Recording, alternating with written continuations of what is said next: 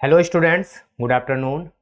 दृष्टि teaching exams के live class में आपका फिर से स्वागत है। मेरा नाम है संजूर। सबसे पहले आप लोग बताएं कि आप लोग कैसे हैं और आपकी पढ़ाई कैसी चल रही है। तो जैसा कि आपको पता है, हम लोग रीजनिंग का चैप्टर स्टार्ट कर चुके हैं कल से, और कल बहुत इंपॉर्टेंट टॉपिक कोडिंग और डिकोडिंग पे हम लोग डिस्कशन किए थे। बहुत मज़ा भी आया होगा आप लोगों को पढ़ के, और कुछ मैंने जो आपको ट्रिक्स सिखाया था याद करने का, alphabetical place value, reverse order, वो सब आपको बहुत मज़ा आया होगा। आपने दोबारा घर पे प्रैक्टिस किया होगा, मुझे पूरा यकीन है। तो आज हम लोग फिर एक नए चैप्टर के साथ शुरुआत करेंगे, और इस चैप्टर से भी क्वेश्चंस बनते हैं, और ये कहीं ना कहीं आपके रियल लाइफ से कहीं ना कहीं जुड़ा है। तो जब आप अभी पढ़ेंगे तो आपको पता लग जाएगा कि कैसे ये रियल लाइफ से जुड़ा होता है, और ये सब चीज़ आना चाहिए। मतलब बेसिक ज़रूरी है, क्योंकि जीवन में हमें ऐसा क्वेश्चंस या ऐसा देखने को मिलता है, तो कहीं ना कहीं हमें इसका फ़ायदा मिलेगा, आपको एग्ज़ाम में फ़ायदा मिलेगा और रियल लाइफ में भी फ़ायदा मिलेगा जब आप इसको अपने डेली लाइफ में यूज़ करेंगे। तो चलिए जल्दी से एक बार मैसेज करके बताइए कि मेरी आवाज़ और वीडियो आप तक सही सही पहुंच रही है, किसी को कोई दिक्कत तो नहीं है। सभी लोग क्लास में आ चुके हों, इंश्योर कर लीजिए, और क्लास को स्टार्टिंग से देखने की हैबिट डालिए, क्योंकि कॉन्सेप्ट अगर आपका छूट जाता है तो विश्वास रखें कि फिर आपको पूरी क्लास समझ में नहीं आएगी, जैसा कि एक स्टूडेंट के साथ अभी कल हुआ था या परसों हुआ था। तो क्लास को कोशिश किया कीजिए कि स्टार्टिंग से देखिए, कॉन्सेप्ट के साथ देखिए, क्योंकि क्वेश्चंस आप जरूर बना लेंगे, लेकिन कॉन्सेप्ट अगर छूट जाएगा तो क्वेश्चंस नहीं बना पाएंगे। तो कॉन्सेप्ट बहुत ज़रूरी चीज़ है। कॉन्सेप्ट अगर अधूरा है तो समझ जाइए कि पूरा क्लास अधूरा हो जाएगा आपके लिए। हाँ, ये है कि आप रिकॉर्डिंग में फिर से कॉन्सेप्ट को देख सकते हैं, लेकिन लाइव क्लास में ज़रूरी है एक बार कि आप कॉन्सेप्ट को देख लें, कि अगर कोई डाउट हो तो आप हमसे वहीं पे हैंड टू हैंड पूछ लें। तो चलिए जल्दी से बताइए कि सारे लोग आ गए ना, इंश्योर कर लीजिए, फिर हम क्लास को स्टार्ट करते हैं। तो वही हम लोग DSSB के आज हम लोग रैंकिंग क्रम और अनुक्रम पे हम लोग चर्चा करेंगे। इसको हम लोग कहते हैं रैंकिंग ऑर्डर एंड सीक्वेंस अंग्रेजी में। आप लोग इस चैप्टर का नाम हो सकता है सुने होंगे, या आपको वर्ड से या इसके शब्द से आपको पता लग रहा होगा कि हम किस चैप्टर पे बातचीत करेंगे। Ranking order and sequence, ranking क्रम और अनुक्रम। रैंकिंग वर्ड में ही कुछ ना कुछ छुपा है, रैंकिंग वर्ड में ही कुछ ना कुछ छुपा होता है। रैंकिंग ही अपने में एक बहुत बड़ा चैप्टर है, समझ जाइए। अगर आपको रैंकिंग समझ आ गया या रैंकिंग वर्ड समझ में आ गया तो आप बहुत आसानी से इस चैप्टर के क्वेश्चंस को हल कर लेंगे। ठीक है, तो देखिए आज हम लोग बात करेंगे रैंकिंग क्रम और अनुक्रम पे। तो हम पहले चैप्टर के जो नाम है हम उसको समझ लेते हैं कि इसका मतलब क्या होता है। हम लोग पहले उसी को समझ लेते हैं, रैंकिंग क्रम और अनुक्रम। ठीक है, इंग्लिश में रैंकिंग ऑर्डर एंड सीक्वेंस कहते हैं ना, इंग्लिश में क्या कहते हैं, रैंकिंग ऑर्डर एंड सीक्वेंस। इसका मतलब क्या है, देखो रैंकिंग से क्या समझ में आता है। आप लोग कुछ भी पढ़ रहे हैं या कोई भी स्टूडेंट लाइफ में होता है तो वो रैंक के लिए ही मतलब पढ़ रहा होता है, कि मेरी रैंक अच्छी आ जाए, मेरा क्लास में अच्छा रैंक आ जाए, या हम अच्छे नंबर से पास हो जाए, मेरी रैंक अच्छी हो, है ना। रैंक बहुत मैटर करता है। आप जिस एग्ज़ाम की तैयारी कर रहे हो इसमें भी कहीं ना कहीं रैंक होगा। तो रैंकिंग से क्या समझ में आता है कि रैंक अगर जितना कम होगा उतना अच्छा है। जैसे 1 रैंक होना बहुत अच्छा है, 2 रैंक होना उससे थोड़ा कह सकते हैं कि कम अच्छा है। तो रैंक क्या होता है, जितना कम हो, मतलब एक नंबर अगर रैंक 1 है तो बहुत अच्छा है। रैंक 50 अच्छा नहीं है, हालांकि 50 संख्या में बड़ा है, बट रैंक 50 बोलना कहीं ना कहीं गलत है। और गलत नहीं, मतलब कम है, रैंक 1 वाले से कम है। टॉपर को रैंक 1 मिलता है, उसके बाद 2, फिर 3, 4 इस तरह। तो रैंकिंग से हमें क्या समझ में आया कि रैंकिंग केवल बोल देते हैं तो हमें समझ में आ जाता है कि टॉप से बात हो रही है। कहां से बात हो रही है, टॉप से। अगर हम कहें कि किसी का रैंक 5 आया है तो हम अनुमान लगा लेते हैं कि उससे पहले 4 व्यक्ति रहे होंगे, 1, 2, 3 और 4, है ना।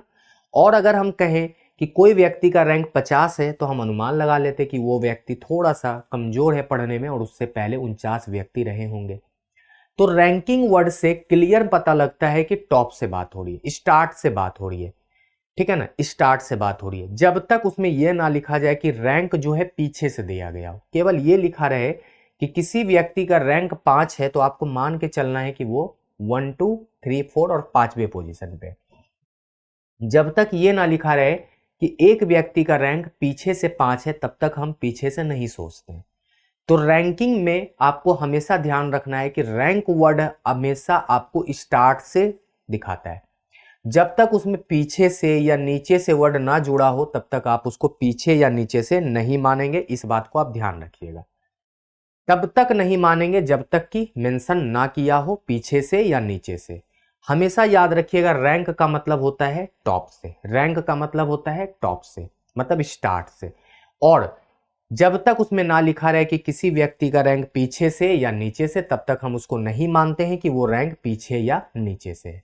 ये तो रैंकिंग है। अब इसमें समझिए क्रम और अनुक्रम वर्ड लिखा हुआ है, ठीक है ना। ऑर्डर एंड सीक्वेंस, इसका क्या मतलब होता है मेरे भाई? ऑर्डर एंड सीक्वेंस, देखो क्रम का मतलब होता है कि जैसे बोले कि किसी व्यक्ति का स्थान 5वां है, किसी व्यक्ति का स्थान 5वां है, तो आप नहीं बता पाओगे कि वो स्टार्ट से बात कर रहा है या पीछे से बात कर रहा है। तो केवल स्थान वर्ड लिखा होगा ना तो आप नहीं बता पाएंगे। तब आपको वहां पे क्या वर्ड चाहिए? या तो वो लिखे कि स्टार्ट से या पीछे से या प्रारंभ से या अंतिम से। जब तक वो नहीं लिखेगा तब तक आप नहीं बता पाएंगे। या अगर किसी रेखा की बात हो रही हो तो फिर उसको बताना पड़ेगा कि दाएं से या बाएं से। लेकिन रैंकिंग को छोड़कर बाकी हर में कुछ ना कुछ आपको मेंशन किया जाना चाहिए, या लेफ्ट राइट हो या ऊपर नीचे हो या आगे पीछे हो। तब तक आप नहीं बता पाएंगे कि वो किसकी बात कर रहा है। जैसे हम बोले कि एक रेखा पर एक व्यक्ति 5वें स्थान पे बैठा है, तो आपको कैसे पता होगा कि वो दाएं से बैठा है कि बाएं से बैठा है? क्योंकि रेखा में 2 पोजीशन है, एक दायां है एक बायां है। तो आपको हमेशा याद रखना है कि कहाँ पे रिक्वायरमेंट है और कहाँ पे रिक्वायरमेंट नहीं है। इस बात का बहुत मुश्किल से आपको थोड़ा सा समय देना पड़ेगा रैंकिंग एंड सीक्वेंस चैप्टर को समझने में। उसके बाद इसके सारे क्वेश्चंस को आप विद इन 20 सेकेंड बना लोगे, मेरी गारंटी है।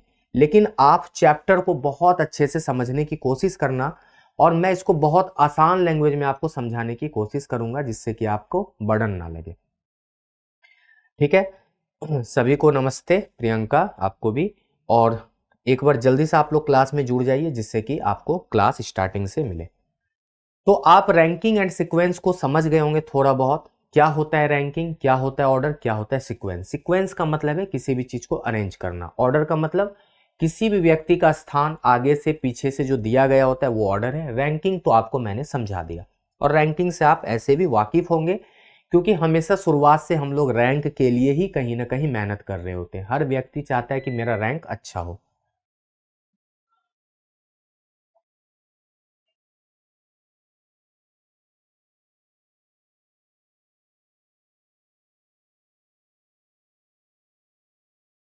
लाइट थोड़ी देर के लिए चली गई थी तो उसके लिए माफ़ी। तो एक बार बता दीजिए कि क्या क्लास आपको प्रॉपर दोबारा लाइव मिल रही है। एक बार जल्दी से बता दीजिए प्रियंका या जो भी हमारे साथ जुड़े हैं कि क्या क्लास आपको दोबारा लाइव दिख रही है। एक बार जल्दी से बता दीजिए जिससे कि हम स्टार्ट कर सकें। क्योंकि लाइट चली गई थी, लाइट आने में थोड़ा सा वक्त लग जाता है जिससे कि, ठीक है। तो एक बार जल्दी से बता दीजिए कि क्या अब आपको लाइव दिख रही है, ठीक है। तो चलिए हम लोग कहाँ थे? रैंकिंग एंड सीक्वेंस के कॉन्सेप्ट पे। तो आपको ये रैंकिंग ऑर्डर एंड सीक्वेंस का कॉन्सेप्ट थोड़ा बहुत समझ में आ गया होगा अभी। अब उसके बाद हम लोग डिस्कशन करेंगे इसके कुछ कॉन्सेप्ट पे जिससे कि हम आपको बहुत बेहतर तरीके से समझा सकें। देखो, इसका सबसे पहले कॉन्सेप्ट नंबर 1 समझो जो जरूरी है, ठीक है। कॉन्सेप्ट नंबर 1 जो बहुत जरूरी है समझना। जैसे मान लेते कि कोई एक रेखा है, ठीक है, कोई एक रेखा है ऐसे। तो आपको पता है कि ये जो है ये रेखा में ये बायां बायां पोजीशन होता है, इधर बायां है और इधर दायां है। इंग्लिश में बात करें तो ये राइट है, रेखा का ये राइट है और ये है लेफ्ट। तो कॉन्सेप्ट नंबर 1 ये कहता है, एकदम ध्यान से समझिएगा, कॉन्सेप्ट नंबर ये कहता है कि अगर मान लेते हैं कोई व्यक्ति या वस्तु का किसी एक छोर से स्थान कोई वस्तु व्यक्ति का दोनों छोर से स्थान दिया गया हो तो पंक्ति में बैठे कुल व्यक्ति या वस्तु की संख्या बराबर। अगर कोई व्यक्ति या वस्तु कुछ भी हो, चाहे व्यक्ति हो चाहे वस्तु हो, इसका अगर दोनों छोर से स्थान दिया गया हो तो पंक्ति में बैठे व्यक्ति या टोटल नंबर ऑफ कुछ भी हो जो बैठा हो या खड़ा हो, उसकी संख्या निकालने का तरीका क्या है?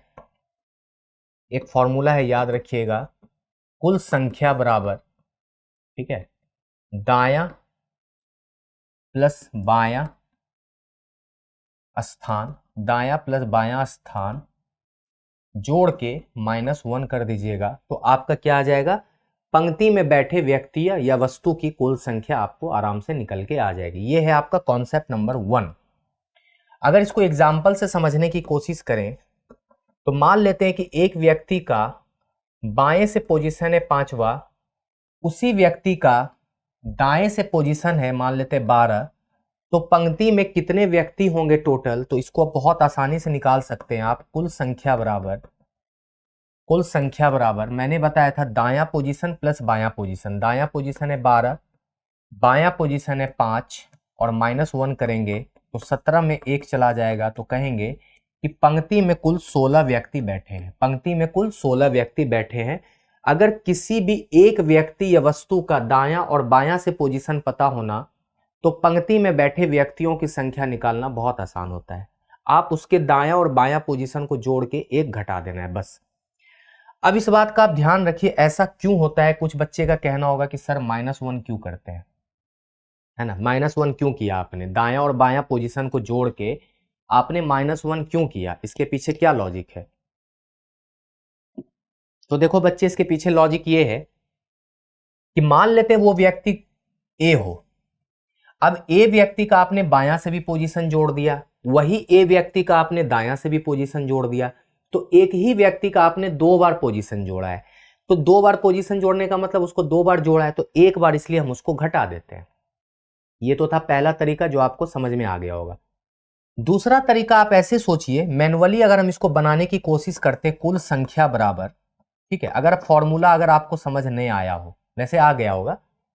ये व्यक्ति अगर 5वें पोजीशन पे इधर से बैठा है तो जाहिर सी बात है इससे पहले 4 लोग बैठे होंगे, तभी तो ये 5वें पोजीशन पे है मेरे भाई। शुरू से अगर 5वें स्थान पे है तो देखिए 4 व्यक्ति बैठा है, 5वें पे ये है, तो यहां से यहां 4 व्यक्ति है, प्लस मान लेते ये व्यक्ति यहां से 12वें पोजीशन पे बैठा है तो जाहिर सी बात है इससे पहले 11 व्यक्ति बैठा होगा ना भाई, तो 11 और जोड़ दीजिए, प्लस ए का स्थान वो भी तो बैठा है ना, तो +1, तो देखिए 11 4 15 और 1 16, यहां भी 16 यहां भी 16। समझ में आया ना? तो इसीलिए 1 घटाते हैं क्योंकि इसका पोजीशन 2 बार जुड़ जाता है। या फिर दूसरा तरीका था कि इससे पहले कितने लोग, इसके बाद कितने लोग, दोनों को जोड़े और बीच में इसका भी पोजीशन जोड़ दिया। तो आंसर आपका क्या आ गया? परफेक्ट। ठीक है,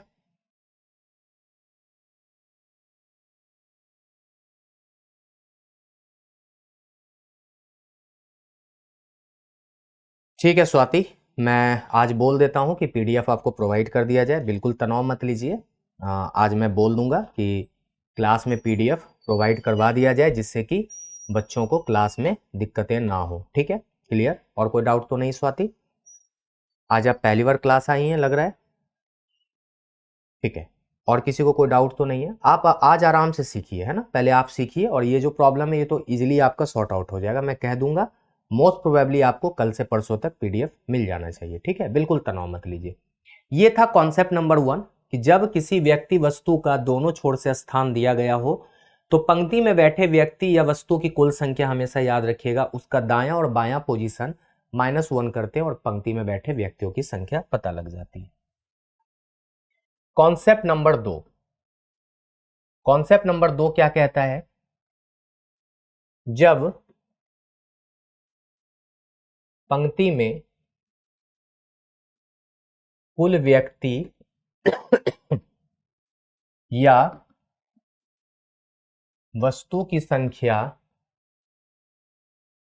दी गई हो एवं एक व्यक्ति या वस्तु का दायां या बायां स्थान दिया गया हो तो बायां या ऐसे लिखो, एक व्यक्ति वस्तु का एक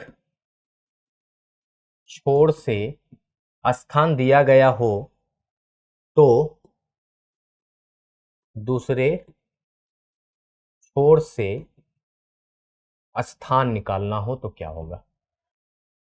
समझो, एक लाइन है, जाहिर सी बात है आपको दिख रहा होगा, एक लाइन है, ये आपका बायां पोजीशन है लाइन पे, ये आपका दायां पोजीशन है, ठीक है, हमेशा याद रखिएगा।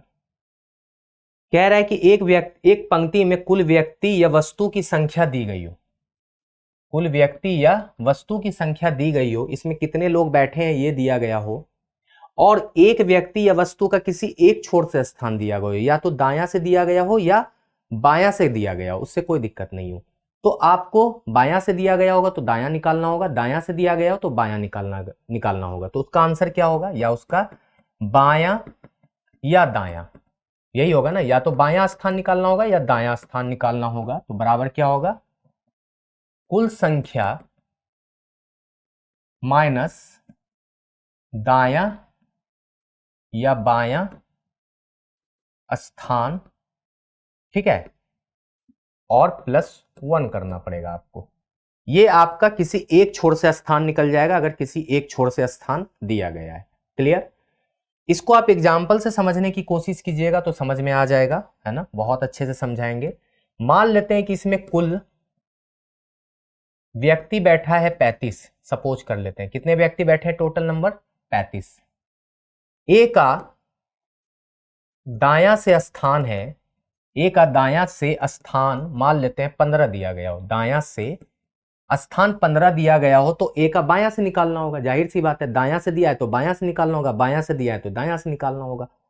अब आइए फॉर्मूला पे, दायां से दिया है तो आपको क्या निकालना पड़ेगा? बाएं से स्थान, बायां से स्थान, ठीक है ना। मैंने क्या बताया फॉर्मूला? कुल संख्या, कुल संख्या है 35, दायां या बायां पोजीशन, अब बायां निकाल रहे हो तो दायां पोजीशन निकला पड़ेगा 15, और क्या करना पड़ेगा? +1 जोड़ना पड़ेगा। तो कितना हो जाएगा? 20 + 1, मतलब इसका दायां से स्थान 15 है तो बायां से स्थान क्या हो जाएगा? 21 हो जाएगा। बायां से स्थान कितना हो जाएगा? 21 हो जाएगा। अच्छा, ऐसा क्यों करते हैं आप सोचो। टोटल है इसमें 35 व्यक्ति, ए का जो पोजीशन है, ए का जो पोजीशन है वो आपका बायां से कितना दिया हुआ है? 15, सॉरी, दायां से कितना दिया हुआ है? 15। तो इसका बायां से स्थान क्या होगा? कॉमन सेंस लगाइए, देखिए ध्यान से सुनिएगा। अगर ये 15वें पोजीशन पे यहां बैठा है तो इससे पहले कितने व्यक्ति बैठे होंगे? 14 व्यक्ति। कोई दिक्कत तो नहीं है ना? इतना तो समझ में आ रहा होगा ना कि इससे पहले 14 व्यक्ति बैठे हैं। अच्छा, इससे पहले 14 व्यक्ति बैठे हैं तो जाहिर सी बात है इसका पोजीशन क्या हो जाएगा? 35 में 14 घटा दीजिए, तो देखिए 35 में अगर हम 14 घटा देंगे तो फिर भी 21 आएगा, आ गया ना 21, और 21 ही आंसर आएगा। तो हम कहेंगे कि इधर से जो इसका पोजीशन है ना वो कितना है भाई? 21। इधर से इसका पोजीशन 21 है। और आप कॉन्सेप्ट नंबर 1 पे चले जाइए, आप चेक भी कर सकते हैं कि अगर एक व्यक्ति का बायां से स्थान 21 है, एक उसी व्यक्ति का दायां से स्थान 15 है, तो टोटल व्यक्ति की संख्या बायां प्लस दायां पोजीशन -1, तो 36 में 1 जाएगा, तो देखिए 35 टोटल आ गया, और मैंने 35 ही दिया था आपको। तो आप बिल्कुल तनाव ना लें, आपको हर चीज यहाँ पे सिखाया जाएगा, और जो मैं आपको सिखा रहा हूं ना ये आपके बहुत काम की चीज है, ध्यान रखिएगा। रैंकिंग एंड सीक्वेंस में ऐसा ही क्वेश्चंस आपसे पूछा जाएगा, याद रखिएगा। ठीक है, ये है कॉन्सेप्ट नंबर 2, यहां तक क्लियर है ना। अब चलिए कॉन्सेप्ट नंबर 3 पे चर्चा करते हैं। कॉन्सेप्ट नंबर 3 पे हम लोग थोड़ा सा चर्चा करते हैं। कॉन्सेप्ट नंबर 3 बहुत इंपॉर्टेंट है, थोड़ा सा इसमें समझने की जरूरत है, ध्यान रखिएगा, थोड़ा सा इसमें समझने की जरूरत है। कॉन्सेप्ट नंबर 3 जिसको समझ में आ गया वो समझ लीजिए, बहुत परिपक्व हो जाएगा, उसको समझ में आना चाहिए कॉन्सेप्ट नंबर 3। कॉन्सेप्ट नंबर 3 क्या कहता है, सपोज कर लेते हैं कोई व्यक्ति है, कोई रेखा है, ठीक है, मान लेते हैं ये रेखा है, तो इधर बायां पोजीशन होगा, इतना तो आपको पता चल गया होगा, और इधर आपका क्या हो जाएगा, दायां पोजीशन हो जाएगा, बायां और दायां पोजीशन। ठीक है, क्लियर, एकदम ध्यान से सुनिएगा। ये एक्चुअली क्या है, इंटरचेंज वाला है, इंटरचेंज वाला है, इसको हम कहेंगे इंटरचेंज वाला कॉन्सेप्ट, बदलने वाला कॉन्सेप्ट। ठीक है, इसमें क्या होता है, इंटरचेंज होता है, ध्यान रखिएगा। इंटरचेंज होने का मतलब है, अभी पहले इसमें भी कॉन्सेप्ट नंबर 3 में भी हम लोग 2-3 तरह के कॉन्सेप्ट को करेंगे, ध्यान से सुनिएगा। मान लेते हैं दो व्यक्ति है, एक है ए, एक है बी, ध्यान से सुनिएगा, दो व्यक्ति है ए और बी। ए का जो पोजीशन है ना वो बायां से दिया गया है 10, और बी का पोजीशन मान लेते हैं दायां से, इसका बायां से 10 और इसका दायां से मान लेते हैं 12 दिया गया हो, क्लियर ना। और कुल व्यक्ति इसमें बैठे हैं, ध्यान से सुनिएगा, कुल व्यक्ति बैठे हैं इसमें मान लेते हैं 34, ठीक है ना, कुल व्यक्ति 34 है। तो आपसे पूछेगा ए और बी के बीच में कितने लोग बैठे हैं, ध्यान से सुनिएगा, ए और बी के बीच में कितने लोग बैठे हैं। अब देखिए यहां से यहां 10 लोग बैठे हैं, है ना, यहां से यहां 10 लोग बैठे हैं, यहां से यहां 12 लोग बैठे हैं, तो यहां से यहां और यहां से यहां कितने लोग बैठे, टोटल 10 + 12 मतलब 22 लोग, क्लियर है ना भाई। यहां से यहां और यहां से यहां तो 22 लोग बैठे, टोटल व्यक्ति है 34, तो जाहिर सी बात है बीच में कितने लोग बैठे होंगे, 34 में 22 घटा दीजिए, मतलब बीच में 12 लोग बैठे होंगे, मतलब यहाँ पे 1 2 3 4 5 6 7 8 9 10 11 12, बीच में 12 लोग बैठे होंगे, तभी देखिए 10 12 32 और 12, सॉरी 10 12 22 12 34। तो ये थोड़ा सा आसान था, लेकिन ध्यान रखिएगा ये इसलिए आसान लगा आपको क्योंकि इसमें कुल व्यक्ति की संख्या ज्यादा थी दोनों को जोड़ने के बाद। दोनों को जोड़ने के बाद अगर ज्यादा हो जाए ना, तब क्या होता है ना कि तब आसान होता है बीच की संख्या निकालना। क्या होता है कि कुल में दोनों के पोजीशन को घटा देते हैं जोड़ के, है ना, दोनों के पोजीशन को जोड़ के घटा देते हैं, बहुत आसानी से पता लग जाता है। लेकिन तनाव कब होता है, अगले कॉन्सेप्ट में होगा। तनाव कब होगा, थोड़ा सा अगले कॉन्सेप्ट में। यहां पे क्या है, आपको बिल्कुल कह सकते हैं इंटरचेंज की जगह आप यहां पे करिए ओवर। ये क्लास कॉन्सेप्ट 3 रहने दीजिए, इसमें कुछ नहीं है। कॉन्सेप्ट 3 है कि आपको ऐसा होगा, ठीक है ना, कॉन्सेप्ट 3 है ये, उसमें कुछ नहीं लिखा मैंने। कॉन्सेप्ट 3 थोड़ा आसान लगा आपको। अब हम चलिए कॉन्सेप्ट 4 पे लेके चलते हैं, ये थोड़ा सा आपको बढ़िया लगेगा और इसको सीखना है आपको। इसको कहते हैं ओवरलैप वाला, ये आपका ओवरलैप कॉन्सेप्ट है। इसमें सीखिएगा, इसमें अगर जो बच्चा मिस कर गया ना वो फिर गड़बड़ हो जाएगा। आजकल ओवरलैप का ही कॉन्सेप्ट ज्यादा आ रहा है। देखिए ये है आपका बायां पोजीशन, ये है आपका दायां पोजीशन। ओवरलैप की कहानी क्या है, थोड़ा सा ध्यान से सीखिएगा।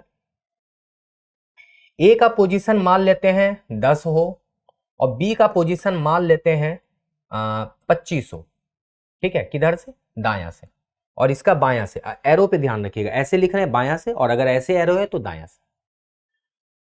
और एक चीज ध्यान रखिएगा, यहां पे बोलेगा कुल व्यक्ति की संख्या पंक्ति में, है ना, यहां पे लिखिएगा पंक्ति में कुल व्यक्ति की संख्या हो, मान लेते हैं 30 हो, कितने हो, 30 हो। तब पूछेगा ए और बी के बीच में कितने लोग बैठे हैं, तब पूछेगा ए और बी के बीच में कितने लोग बैठे हैं। तब यहां पे थोड़ा सा आपको टेंशन होगा, लेकिन बहुत ज्यादा नहीं होगा, थोड़ा सा होगा, एकदम थोड़ा सा। क्या टेंशन होगा, तो देखिए बताते हैं। अगर हम इस दोनों के पोजीशन को जोड़ते हैं ए और बी के, तो 10 और प्लस 25 कितना होता है, 35। एक बात कॉमन सेंस लगाइए, यहां से यहां तक और यहां से यहां तक व्यक्ति बैठा तो 35 हो गया। अगर गलती से भी इस दोनों के बीच में एक भी व्यक्ति तो कम से कम बैठेगा ना, मिनिमम तो एक तो बैठा होगा ना, क्योंकि दोनों दूर दूर है, मिनिमम से मिनिमम एक तो बैठना है। तो अगर एक भी गलती से जोड़ दिए तो टोटल हो जाएगा 36, जबकि कह रहा है पंक्ति में तो 30 ही व्यक्ति है। मतलब कुछ गलत नहीं लगा आपको, कुछ गलत नहीं लगा? गलत क्या लगा कि ऐसा संभव हो ही नहीं सकता, ऐसा संभव हो नहीं सकता। लेकिन ऐसा संभव है, ऐसा संभव हमें बनाना पड़ेगा। ये एग्जामिनर आपको थोड़ी देगा बना के, ये हमें बनाना पड़ेगा। अब हमें कैसे बनाना पड़ेगा? इसका मतलब है कि ओवरलैप हुआ है। यहां पे ओवरलैप की कहानी तब होती है जब दोनों पोजीशन को जोड़ने पर वो बड़ा हो जाए कुल से, तो वहां पे कंडीशन क्या आता है? ओवरलैप का। ओवरलैप समझिए क्या होता है। ओवरलैप का मतलब है या तो ए बी को क्रॉस कर रहा है या बी ए को क्रॉस कर रहा है। आप किसी को क्रॉस करा दीजिए, उससे दिक्कत नहीं है। या तो ए बी को क्रॉस करेगा या बी ए को क्रॉस करेगा। एक दूसरे को ये इस तरीके से ओवरलैप करेगा, दूर दूर नहीं होगा, ओवरलैप करेगा। हम सपोज करते हैं कि ए को ही हम इसको ओवरलैप करा दे, मतलब हम सोचते हैं कि ए का जो पोजीशन है ना वो यहां होगा। कहां से? यहां से 10वां पोजीशन पे होगा, ऐसे सोच लेते हैं। अब ये देखिए ये ओवरलैप हो गया, मतलब ये इधर क्रॉस कर गया और ये इसको बी को इधर, बी ने इसको इधर क्रॉस कर गया। अब क्या होगा? कहानी समझिए, ध्यान से सुनिएगा। मैंने आपको क्या बताया था भाई कि अगर पंक्ति में बैठे व्यक्ति की कुल संख्या दी गई हो, किसी भी एक व्यक्ति का स्थान अगर किसी भी एक पोजीशन दिया गया हो, तो हम दूसरे से तो बता पाते हैं आसानी से। अब कॉमन सेंस लगाइए, ए का पोजीशन बाएं से 10वां है। ए पे ही आइए, पहले लेटर ए है तो ए को प्रेफरेंस दीजिए। ए का पोजीशन दाएं से 10वां है, ध्यान से सुनिएगा, दाएं से 10वां है, तो इसका पोजीशन बाएं से कितना हो जाएगा? इसका पोजीशन बाएं से कितना होगा? तो हम क्या बताए थे? कुल में इसके पोजीशन को घटाइए और +1 कर दीजिए, तो क्या हो जाएगा? 35 में 1 जाएगा तो कितना होगा भाई? 25 और +1 26 हो जाएगा। मतलब इसका पोजीशन क्या हो जाएगा यहां पे? 26 हो जाएगा, नहीं हो जाएगा? सॉरी 30 है ना, ये 30 है। 30 - 10 और +1 कितना हो जाएगा? 21। मतलब यहां से इसका पोजीशन 21 है। किसका? ए का। यहां से कितना है? 21 है। किधर से? दाएं से। दाएं से 21 है, बाएं से 10 है। अच्छा एक बात बताइए, यहां 21 है और बी का 25 है, इसका क्या मतलब हुआ? 21 है अगर यहां से ए, सॉरी है ना, हाँ ए 21 है इधर से, ठीक है ना, और उधर से 10 है, तो इधर से 21 है तो 22 23 24 और ये 25वें पोजीशन पे बी बैठ गया। बी भी तो दाएं से जा रहा है ना भाई, ए भी दाएं से आया 21 पे, 22 23 24 25, बी यहां पे मिल गया। तो बीच में कितने व्यक्ति बैठे हैं? 3। तो यही मेरा आंसर हो जाएगा कि बीच में 3 व्यक्ति बैठे। ये कैसे होता है? ये तब होता है जब आप किसी एक व्यक्ति का स्थान दाएं और बाएं से प्राप्त करोगे ना, तभी निकाल पाओगे। अच्छा कुछ बच्चे बोलेंगे कि सर आपने ए से किया, बी से करके दिखाओ, तो हम बी से भी दिखाएंगे आपको करके, घबराना नहीं है। अब एक बात सोचो, बी का पोजीशन क्या है भाई? दाएं से 25 है, तो बाएं से कितना हो जाएगा? 30 - 25 और +1, मतलब कितना हो जाएगा? 6। क्लियर है ना भाई? 6 है। अच्छा इधर से इसका पोजीशन 6 है, किसका? बी का, और यहां पे ए का पोजीशन 10 है, किधर से? बाएं से ही, तो 6 के बाद 7 8 9 और 10 है ना भाई, तो इसमें भी 3 ही आ रहा है। तो घबराने वाली बात नहीं, बीच में 3 ही व्यक्ति होगा। केवल आपको पोजीशन का ध्यान रखना है, और जिसने इस कॉन्सेप्ट को समझ लिया, समझ जाइए कि रैंकिंग एंड सीक्वेंस का ये सबसे टफेस्ट क्वेश्चंस माना जाता है, ओवरलैप वाला। इससे टफ क्वेश्चंस नहीं पूछा जाता, इसलिए इस कॉन्सेप्ट को ध्यान से सीखिएगा भाई और समझिएगा। समझ में आया ना? जल्दी से बताइए, समझ में आया ना? और इसका एक लास्ट कॉन्सेप्ट है ओवरलैप वाला, सॉरी इंटरचेंज वाला, वो बताएंगे, उसके बाद कहानी खत्म। ठीक है, कॉन्सेप्ट 5 जिसको कहते हैं इंटरचेंज वाला। आपको इस तरीके से रैंकिंग सीक्वेंस नहीं पढ़ाया होगा किसी ने, तो आप थोड़ा सा ध्यान से पढ़िए मेरे से, क्योंकि ये बहुत मजेदार क्लास होगी आपके लिए, और आप कुछ यहां से आज नया सीख के जाओगे। अभी तक आप तुक्के में बना रहे थे, अब आप तुक्के में नहीं बनाओगे। जब अभी हम क्वेश्चंस प्रैक्टिस करेंगे ना, तो बहुत मजा आएगा आपको। ठीक है, जल्दी से बता दीजिए, समझ में आया ना? स्वाति, ज्योति, समझ में आ रहा है ना? मासूम, प्रियंका, समझ में आ रहा है आप लोगों को? जल्दी से बताइए। अब इंटरचेंज वाला पढ़ेंगे। इंटरचेंज में क्या होगा भाई? देखो फिर से 2 व्यक्ति होंगे, ए और बी। क्लियर? इस तरह का कॉन्सेप्ट होगा कि ए का बायां से पोजीशन होगा 15, बी का दायां से पोजीशन होगा 20। क्लियर? अब कहेगा कि ए और बी ने अपना स्थान चेंज कर लिया, ए और बी ने अपना स्थान चेंज कर लिया, बी यहां आ गया और ए यहां आ गया। तो कहेगा ए और बी ने अपना स्थान चेंज किया, तो ए का बाएं से जो पोजीशन है ना, ए का बाएं से पोजीशन अब हो जाता है 25। ए का बाएं से जो पोजीशन है वो कितना हो जाता है भाई 25। ऐसा कह रहा है कि पहले वो 15 था, अब उसका पोजीशन 25 हो गया। तो कहेगा कि बी का दाएं से पोजीशन अब क्या होगा, बी का दाएं से पोजीशन अब क्या होगा, ऐसा क्वेश्चन दे देगा। तो कैसे बनाओगे? घबराना नहीं है, आप एक बात सोचो, एकदम ध्यान से सुनना कि ये वाला जो स्थान है ना, ये वाला पॉइंट का स्थान, ये वाला जो पॉइंट है इसका दाएं से पोजीशन 20 है और इसी पॉइंट का बाएं से पोजीशन 25 है। देखो है ना भाई, इसी पोजीशन की बात हो रही है ना। तो कुल कितने व्यक्ति बैठे पंक्ति में? कुल 20 प्लस 25 और माइनस 1, मतलब टोटल तो 44 व्यक्ति बैठे इस पूरे लाइन में। आपको याद रखना है, या तो पोजीशन का लेफ्ट और राइट पता करिए या किसी व्यक्ति का लेफ्ट और राइट पता करिए, एक ही बात है। या तो बिंदु का पता कर लीजिए या किसी भी बात का पता कर लीजिए, उससे फर्क नहीं पड़ता। टोटल पंक्ति में 44 व्यक्ति बैठे। अब एक बात बताइए मेरे भाई, अब बोल रहा है कि बी का जो है ना दाएं से पोजीशन बता दीजिए, नया वाला, दाएं से नया वाला पोजीशन बताइए। क्या परेशानी है भाई? यही तो पोजीशन बताना है ना, यही तो पोजीशन बताना है, तो घबराना क्यों है भाई? ये पोजीशन बाएं से 15वां है, तो दाएं से कितना होगा? तो 44 में 15 घटा के 1 जोड़ देना है, तो कितना हो जाएगा भाई? 29 प्लस 1 30। तो हम कहेंगे कि बी का जो पोजीशन है ना वो 30 हो जाता है अगर वो दोनों आपस में इंटरचेंज करेंगे। तो इंटरचेंज वाला क्वेश्चन थोड़ा सा आसान माना जाता है ओवरलैप से, इंटरचेंज वाला क्वेश्चन ओवरलैप से थोड़ा सा आसान माना जाता है। तो विश्वास रखिए, इतना ही कॉन्सेप्ट सीख के आप रैंकिंग एंड सीक्वेंस के सारे क्वेश्चंस को बहुत आसानी से कर लोगे, ये मेरा यकीन है। रैंकिंग एंड सीक्वेंस के सारे क्वेश्चंस को आप बहुत आसानी से कर लोगे, ये मेरा यकीन है। लेकिन आपको ये पांचों कॉन्सेप्ट को बिल्कुल ध्यान से समझने की जरूरत है। यहां तक क्लियर है? जल्दी से बताइए। ज्योति कह रही है आज क्लास में थोड़ा लेट हो गई। ज्योति, लेट होएंगे तो आपका कॉन्सेप्ट छूटेगा, फिर आपको समझ में नहीं आएगा। तो कोशिश किया कीजिए कि 2:15 से पहले ही क्लास में आ जाए, है ना। बट तनाव लेने की जरूरत नहीं है, रिकॉर्डिंग में आप क्लास को दोबारा देख सकती हैं, ठीक है। यहां तक समझ में आ गया आप लोगों को कॉन्सेप्ट नंबर 5। और पांचों कॉन्सेप्ट को एक अलग नोटबुक में, एक डायरी में अच्छे से नोट कर लीजिए, क्योंकि इस 5 कॉन्सेप्ट को सीखने के बाद आपके रैंकिंग के एक भी क्वेश्चंस गलत नहीं होंगे, विश्वास करिए। और एग्जाम में आजकल ट्रेंडिंग बना हुआ है ओवरलैप और इंटरचेंज वाला, ओवरलैप और इंटरचेंज वाला एकदम ट्रेंडिंग में बना हुआ है। हम क्वेश्चंस करेंगे और आपको वहां से बहुत अच्छे से चीजें समझ में आएगी, ध्यान रखिएगा।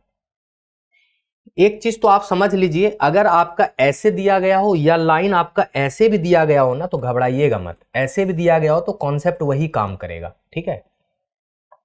ये ऊपर है, ये नीचे है, कॉन्सेप्ट वही काम करेगा, बिल्कुल ध्यान रखिएगा। घबराना नहीं है कि सर सीधा लाइन दे दिया तो क्यों घबराना। आप सोचिएगा कि भाई इस लाइन को हम ऐसे खड़ा कर दें, है ना, इस लाइन को ऐसे सुला दें तो इधर बायां चला जाएगा, ये दायां चला जाएगा। तो घबराना नहीं है। टॉप और बॉटम में भी घबराइएगा मत कि सर आपने तो केवल रेखा वाला पढ़ाया, टॉप बॉटम तो पढ़ाया ही नहीं। कॉन्सेप्ट वही काम करेगा कि किसी व्यक्ति का ऊपर से स्थान दिया गया हो तो नीचे से निकालने का तरीका, वही कॉन्सेप्ट नंबर 1 वही काम करना है कि कुल में ऊपर का पोजीशन घटा के 1 जोड़ देना है, या कुल में नीचे का पोजीशन घटा के 1 जोड़ देना है। कॉन्सेप्ट वही काम करेगा। पांचों कॉन्सेप्ट इसमें भी काम करता है, चाहे रेखा सीधा हो चाहे रेखा खड़ा हो, है ना, चाहे रेखा हॉरिजॉन्टल हो चाहे वर्टिकल हो, उससे मतलब नहीं है। आपको कॉन्सेप्ट वही काम करेगा, कॉन्सेप्ट कहीं चेंज नहीं होना है।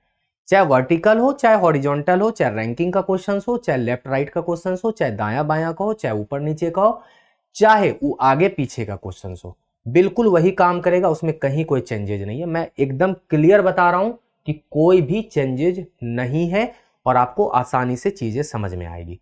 क्लियर ना? समझ में आ रहा है? जब अभी हम क्वेश्चंस प्रैक्टिस करेंगे ना तो आपको बहुत मजा आएगा। चलिए, व्यक्ति की एक पंक्ति में आदित्य का स्थान पंक्ति में बाईं छोर से 22वां है, जबकि दाईं छोर से 12वां है, तो पंक्ति में व्यक्तियों की कुल संख्या ज्ञात कीजिए। देखिए भाई, हमने आपको बताया था कि पंक्ति ये है, व्यक्ति की एक पंक्ति में आदित्य का स्थान बाएं से 22वां है। बाएं से 22वां का मतलब इधर से 22 है ना, और दाईं छोर से क्या है, 12वां है। अब देखिए, दाईं छोर से 12वां है मतलब यही व्यक्ति का स्थान दाईं छोर से 12वां है। बाएं छोर से 22, दाएं छोर से 12वां, तो कह रहा है पंक्ति में व्यक्तियों की कुल संख्या, कॉन्सेप्ट नंबर 1, कि दोनों पोजीशन को जोड़ के एक घटा देना है ना। तो आंसर क्या हो जाएगा भाई, 22 प्लस 12 और -1, तो कितना हो जाएगा, 34 माइनस 1 33। तो आंसर हो जाएगा 33। कितना आसान सा क्वेश्चन था, दम था, कॉन्सेप्ट नंबर 1 काम लग कर गया। ऐसे भी सोचिए कि 22वें स्थान पे अगर ये बैठा है तो इससे पहले कितने लोग बैठे हैं भाई, 21। ऐसे सोचिए कि यहां से ये 12वें पोजीशन पे बैठा है तो इससे पहले कितने लोग बैठे हैं भाई, 11। तो टोटल कितना हो जाएगा, 21 प्लस 11, और खुद आदित्य भी तो बैठा है, तो आंसर कितना हो जाएगा, 21 12 33। तो इससे भी आपका उत्तर 33 ही आना है। लेकिन ये तो मैनुअल तरीका है, आप फॉर्मूला याद करने की कोशिश करिएगा, है ना, फॉर्मूला याद करने की कोशिश करिएगा। ये आदित्य का ही पोजीशन लेफ्ट और राइट से है, 2 बार जुड़ रहा है, इसलिए मैंने यहाँ पे -1 किया। आपको अभी बता दिया, फिर भी दोबारा बता रहा हूं। पीडीएफ के लिए मैंने बोल दिया है, आप टेंशन मत लीजिए, पीडीएफ आपको मिल जाएंगे, है ना। किसी कक्षा में ममता की रैंक ऊपर से 21वीं, देखिए अब रैंक है ऊपर से, तो हम सीधा लाइन बनाएंगे और देखिए वही कॉन्सेप्ट काम करेगा। रैंक की बात कर रहा है, ऊपर से ना भी लिखता ना तो हमें टेंशन की जरूरत नहीं थी। अगर यहाँ पे ऊपर से ना भी लिखा होता ना, तो रैंक का मतलब ही होता है ऊपर से, रैंक का मतलब ही होता है ऊपर से। जब तक उसमें नीचे से या पीछे से ना लिखा हो तो हम नहीं मानेंगे, ठीक है ना। ऊपर से 21 और नीचे से 15 है, तो बताइए कक्षा में कुल कितने विद्यार्थी हैं, घबराना क्यों है। ये है भाई कक्षा का रैंक, ममता का रैंक ऊपर से 21वीं है, ममता जो है ना ऊपर से 21वीं है। यहाँ पे ममता ऊपर से क्या है, 21वें पोजीशन पे है, और नीचे से क्या है, वो 15वें पोजीशन पे है भाई। नीचे से ममता 15वें पोजीशन पे है। तो कह रहा है कि पंक्ति में कितने व्यक्ति हैं या कक्षा में कुल कितने व्यक्ति हैं, तो ऊपर से रैंक प्लस नीचे से रैंक -1, आंसर कितना हो जाएगा, 36 में 1 जाएगा तो आंसर हो जाएगा 35। केवल मेरा कॉन्सेप्ट याद रखिएगा, आपको बिल्कुल तनाव लेने की जरूरत नहीं है। आप ऐसे भी सोचे कि अगर ऊपर से रैंक 21 है, इससे पहले 20 लोग बैठे हैं, अगर नीचे से रैंक 15 है तो इससे पीछे 14 लोग बैठे हैं, टोटल व्यक्ति कितने हो जाएंगे, 20 प्लस 14, और खुद ममता बैठी है यहाँ पे, तो ममता का भी जोड़ दीजिए तो कितना हो जाएगा, 35। ये तो था मैनुअल तरीका, लेकिन आप फॉर्मूला कोशिश करिए याद रखने की, है ना। मैनुअल इसलिए बता रहे कि आप सीख पाए। यदि राहुल दाएं से 21वें स्थान पर है और बाएं से चौथे स्थान पर है, यदि तब एक कतार में और कितने लोगों को जोड़ा जाए ताकि कतार में कुल 28 लोग हो जाए। क्वेश्चन वही है, घबराना नहीं है। एक रेखा है, इसमें कह रहा है कि राहुल दाएं से 12वें स्थान पे, राहुल जो है वो दाएं से 12वें पोजीशन पे है, ठीक है, एकदम एरो का ध्यान रखिएगा, और बाएं से चौथे स्थान पे, बाएं से वो चौथे स्थान पे। भाई एग्जाम में ये सब करना नहीं है, एग्जाम में करना नहीं है, वहां तो याद रख लेना, दायां बायां जोड़ना है। कह रहा है पहले तो ये बताइए कि पंक्ति में कुल कितने व्यक्ति होंगे, तो भाई 12 प्लस 4 -1, तो 12 4 16 में 1 जाएगा तो 15। पंक्ति में 15 व्यक्ति थे, कह रहा है कितने व्यक्ति को और जोड़िएगा कि कुल 28 लोग हो जाएंगे। भाई 15 लोग हैं, 28 पुराना है, तो कितने व्यक्ति को जोड़ोगे, तो 28 माइनस 15 घटा दो, 13 व्यक्ति को और बैठाओ पंक्ति में, 28 हो जाएंगे टोटल। क्या दिक्कत है, आसान सा क्वेश्चन था। ऐसा ही क्वेश्चन आपके एग्जाम में पूछेगा, बिल्कुल विश्वास रखिए। चलो आगे। किसी कक्षा में राखी शीर्ष से का मतलब टॉप से 18वें और दीपक नीचे से 28वें स्थान पर। अब 2 व्यक्ति है, राखी और दीपक। विनोद राखी से 9 स्थान नीचे है और दीपक से 25 स्थान ऊपर है, तो कक्षा में कितने विद्यार्थी है। थोड़ा बढ़िया क्वेश्चन से, चलिए इसको करते हैं। एक पोजीशन है ये, राखी शीर्ष से 18वें स्थान पे, देखिए राखी मान लेते हैं यहां पे है, जो कि शीर्ष से 18वें स्थान पे है। क्लियर ना भाई, शीर्ष से 18वें स्थान पे है, मतलब टॉप से 18वें स्थान पे है। दीपक नीचे से 28वें स्थान पर है।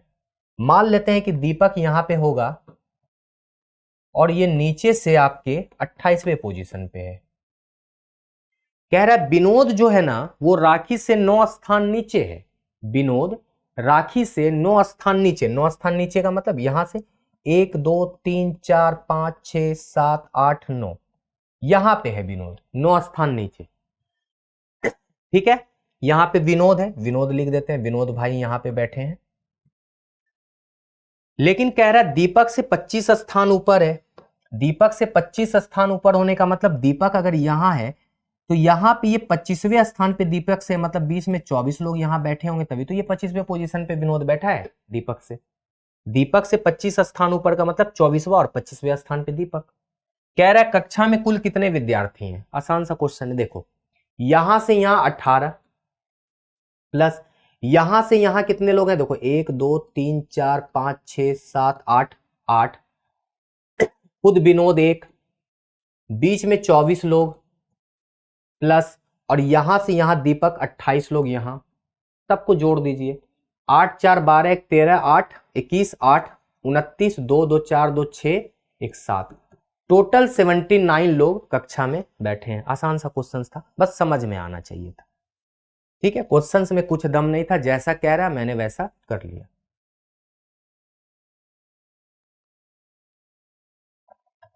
टोटल निकाल लिया, यहां से यहां 18 लोग हैं राखी तक, राखी से विनोद तक, विनोद जो है 9वें पोजीशन पे विनोद, तो यहां से 8 व्यक्ति हैं राखी और विनोद के बीच में।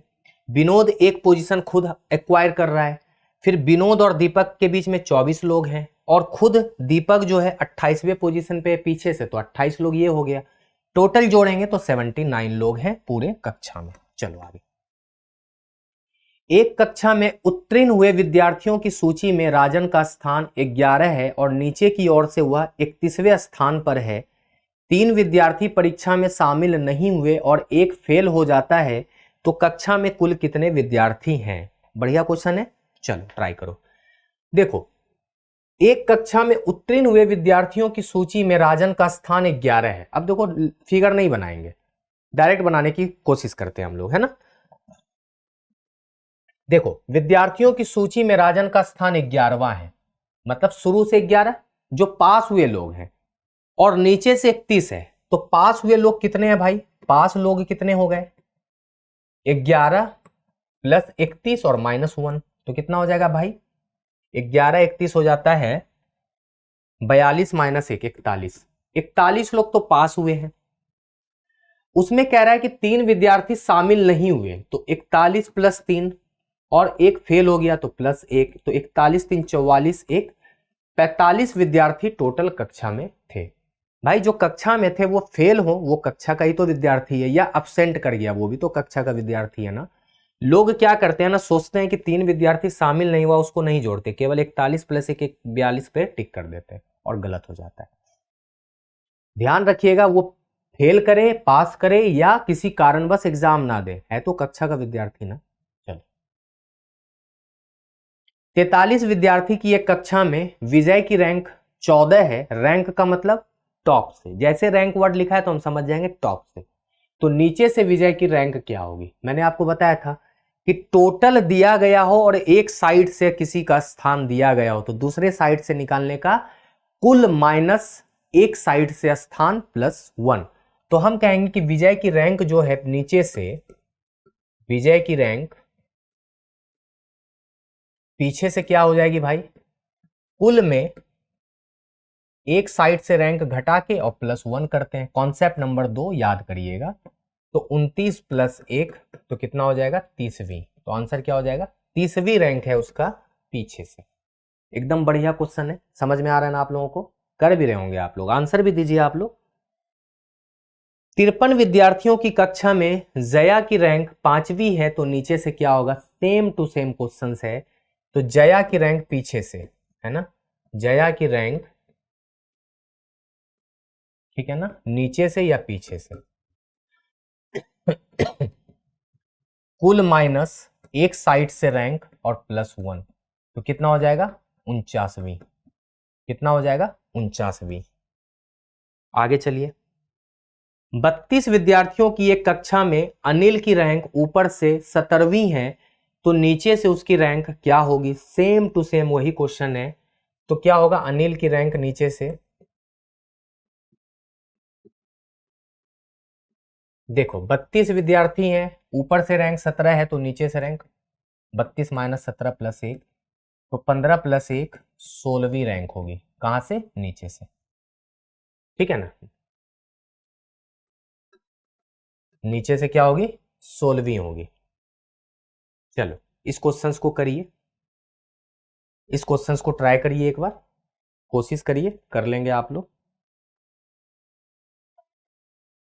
20 विद्यार्थियों की एक पंक्ति में जतिन का स्थान बाएं छोर से 12वां है और योगेश जतिन से बाएं 5वें स्थान पर है, तो दाएं छोर से योगेश का स्थान ज्ञात कीजिए। चलिए एक बार ट्राई कीजिए आप लोग।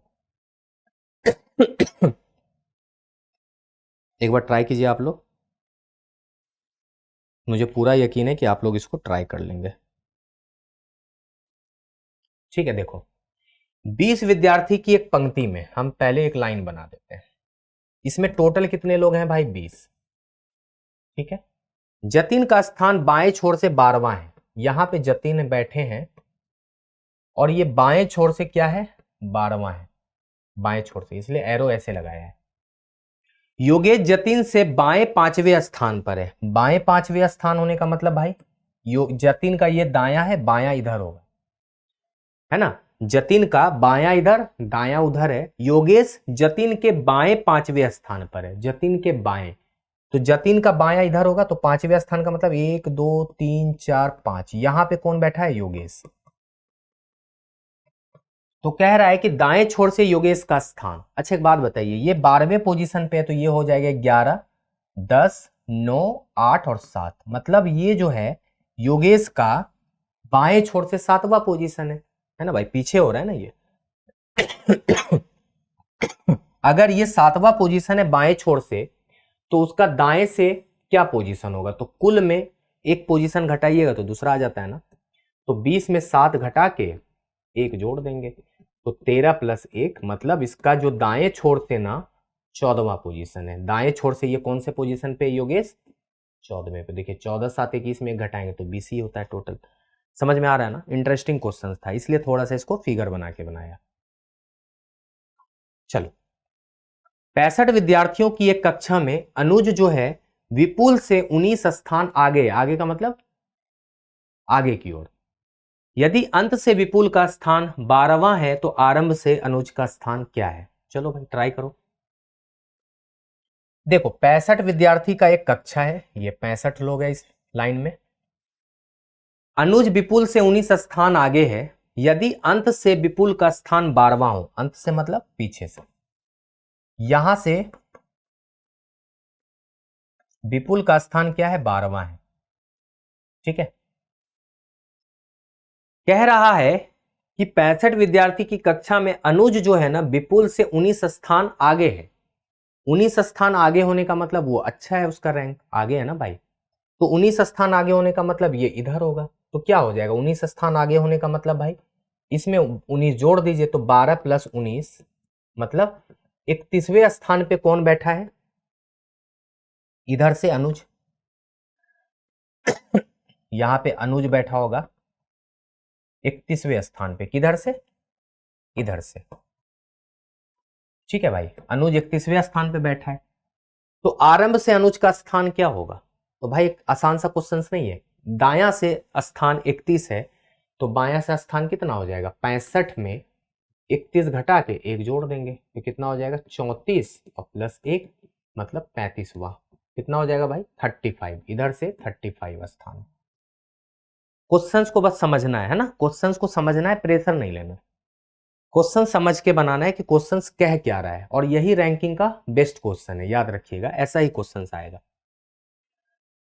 35 लोगों की एक पंक्ति में दाईं छोर से देव जो है 25वां स्थान है। देव और अजय के बीच 10 लोग हैं, इनमें से सभी का मुख उत्तर की ओर है, दाईं छोर से अजय का स्थान ज्ञात कीजिए। अच्छा क्वेश्चन है,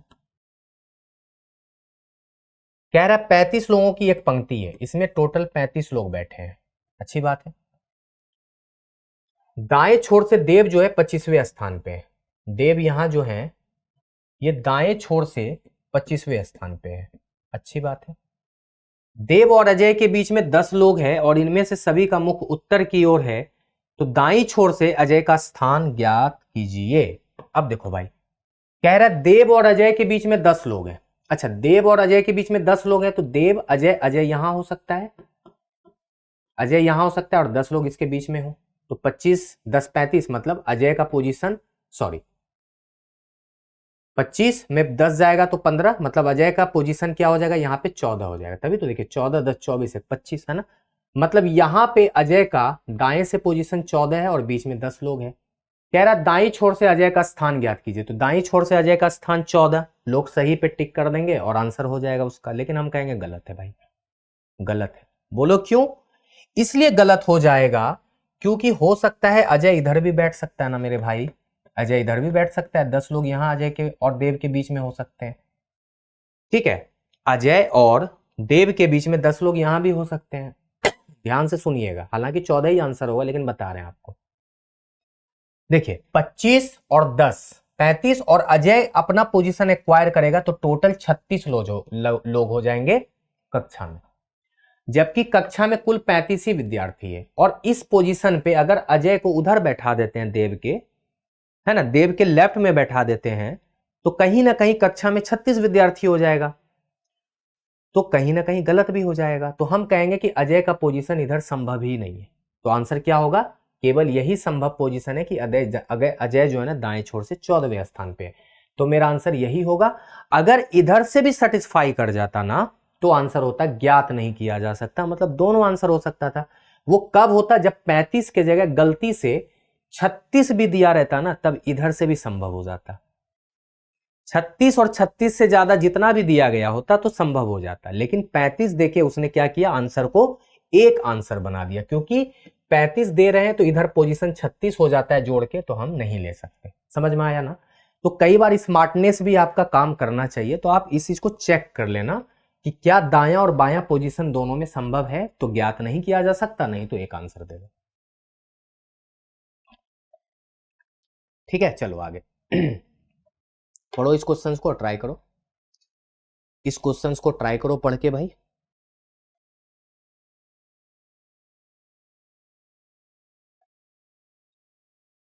पैंतालीस विद्यार्थियों की एक पंक्ति में जब प्रवीण को उसके दाईं ओर 7 स्थान खिसका दिया जाता है, तो उस पंक्ति में उसका स्थान बाएं से 23वां हो जाता है। तो पंक्ति में उसका वास्तविक स्थान बाएं से कितना था? ट्राई कीजिए इस बार, ट्राई कीजिए एक बार इसको। देखिए 45 विद्यार्थी की एक पंक्ति है, 45 लोग हैं इस पंक्ति में, 45 लोग हैं। जब प्रवीण को उसके दाईं ओर 7 स्थान खिसका दिया जाता है, तो उस पंक्ति में उसका स्थान बाएं से 23वां हो जाता है। समझ रहे हैं? बाएं से 23वां हो जाता है, मतलब यहां पे वो अब हो गया 23वें स्थान पे इधर से। लेकिन ध्यान रखिएगा, उसको जब दाईं ओर 7 स्थान खिसकाया जाता है, 7 स्थान दाईं ओर, मतलब उधर ही खिसका रहे हो आप, तो कह रहा है पंक्ति में उसका वास्तविक स्थान बाएं से ज्ञात कीजिए। एक बात बताओ भाई, आप उसको 23वें पोजीशन पे तब भेजे ना जब वो 7 स्थान अपने दाईं ओर खिसका है। तो देखो 7 स्थान दाईं ओर कब खिसकेगा? 1 2 3 4 5 6 और 7, मतलब यहां पे था। और 7वां स्थान देखिए 1 2 3 4 5 6, अच्छा यहां पे था वो, रियल में ओरिजिनल में कहां पे था प्रवीण? यहां था। और इसको 7 स्थान खिसकाया गया, तो देखिए 1 2 3 4 5 6 7 यहां पे आ गया, और आने से वो 23वें स्थान पे हो गया। ठीक है, तो कह रहा है कि ओरिजिनल में प्रवीण बाएं छोर से कौन से स्थान पे बैठा था? तो देखो 23 पे पहुंच गया, तो इससे पीछे क्या होगा? 22 21 20 19 18 17 16वें पोजीशन पे प्रवीण बैठा था शुरुआत में, तो इसका आंसर हो जाएगा 16वां। आप देखें कि 45 का यूज भी नहीं हुआ। 45 का यूज तब होता जब ये बोल देता कि वास्तविक में वो दाएं छोर से कौन से स्थान पे था, तब करते 45 माइनस 16 और प्लस 1, तब हो जाता 29 प्लस 1 30। मतलब दाएं छोर से वो वास्तविक में 30वें स्थान पे बैठा था, और बाएं छोर से 16वें स्थान पे, दाएं छोर से 30वें और बाएं छोर से 16वें स्थान पे। तो आप इसको मैनुअली ना करके आप ऐसे भी सोच लेते ना कि 23वें स्थान पर है, पहुंच गया, 7 स्थान खिसकाने पे तो ओरिजिनल में कितने पे था, तो 23 में 7 गया 16वें स्थान पे। तो आंसर आप ऐसे भी निकाल सकते थे, लेकिन हम आपको थोड़ा डिटेल में इसलिए बताए क्योंकि आपका कॉन्सेप्ट क्लियर हो चुके कि ऐसा क्यों होता है ना, ऐसा क्यों होता है वो आपको सिखा सकूं। समझ में आ रहा है ना, चलिए आगे। 16 व्यक्ति की एक पंक्ति में ए का स्थान बाईं ओर से 12वां है, तो ए की दाईं ओर से स्थिति क्या होगी। अब देखो यार, कॉन्सेप्ट नंबर 2 आ गया। 16 व्यक्ति की पंक्ति है, एक व्यक्ति का स्थान 12वां है, तो दाईं ओर से क्या होगा, तो ए का स्थान ऐसे लिखेंगे, दाईं ओर से ए का स्थान कितना हो जाएगा भाई, 16 माइनस 12 प्लस 1 कितना हो जाएगा, 5वां। कितना हो जाएगा, 5वां। आसान सा क्वेश्चन था। चलो आगे। विद्यार्थियों की एक कतार में बाएं से दिलीप का स्थान 10वां और जगदीश का स्थान दाएं से 20वां है। दोनों आपस में स्थान बदल लेते हैं और जगदीश दाएं से 23वें स्थान पर आ जाता है। कतार में कितने विद्यार्थी हैं। आ गया ना ओवरलैप वाला कॉन्सेप्ट, आ गया ना ओवरलैप वाला क्वेश्चन। बनाओ इसको, अभी सिखाया है ना कॉन्सेप्ट, तो करने की कोशिश करो।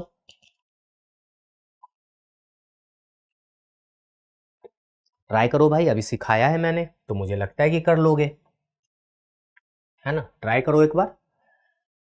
समझ में आ रहा है जी आप लोगों को। क्लास से गायब तो नहीं हो गए आप लोग, क्लास में हैं आप लोग। ज्योति, प्रियंका, दीपा, मासूम, आज तो बहुत बच्चे क्लास में थे ना। प्रकाश, ठीक है, स्वाति, हैं आप लोग क्लास में या चले गए क्लास से। एक बार जल्दी से बताइए, यहाँ तक समझ में आ रहा है ना। कोई डाउट हो तो पूछ लिया कीजिए, क्लास में पूछने से क्या होता है ना कि इंसान का क्लियर हो जाता है डाउट। तो एक बार डाउट अगर हो तो पूछ लीजिए कि हाँ सर यहाँ पे डाउट है, एक बार दोबारा समझा दीजिए, तो हम आपको समझा देंगे। लेकिन आप ये ना सोचे कि आपको नहीं बताया जाएगा, ऐसा नहीं है ना।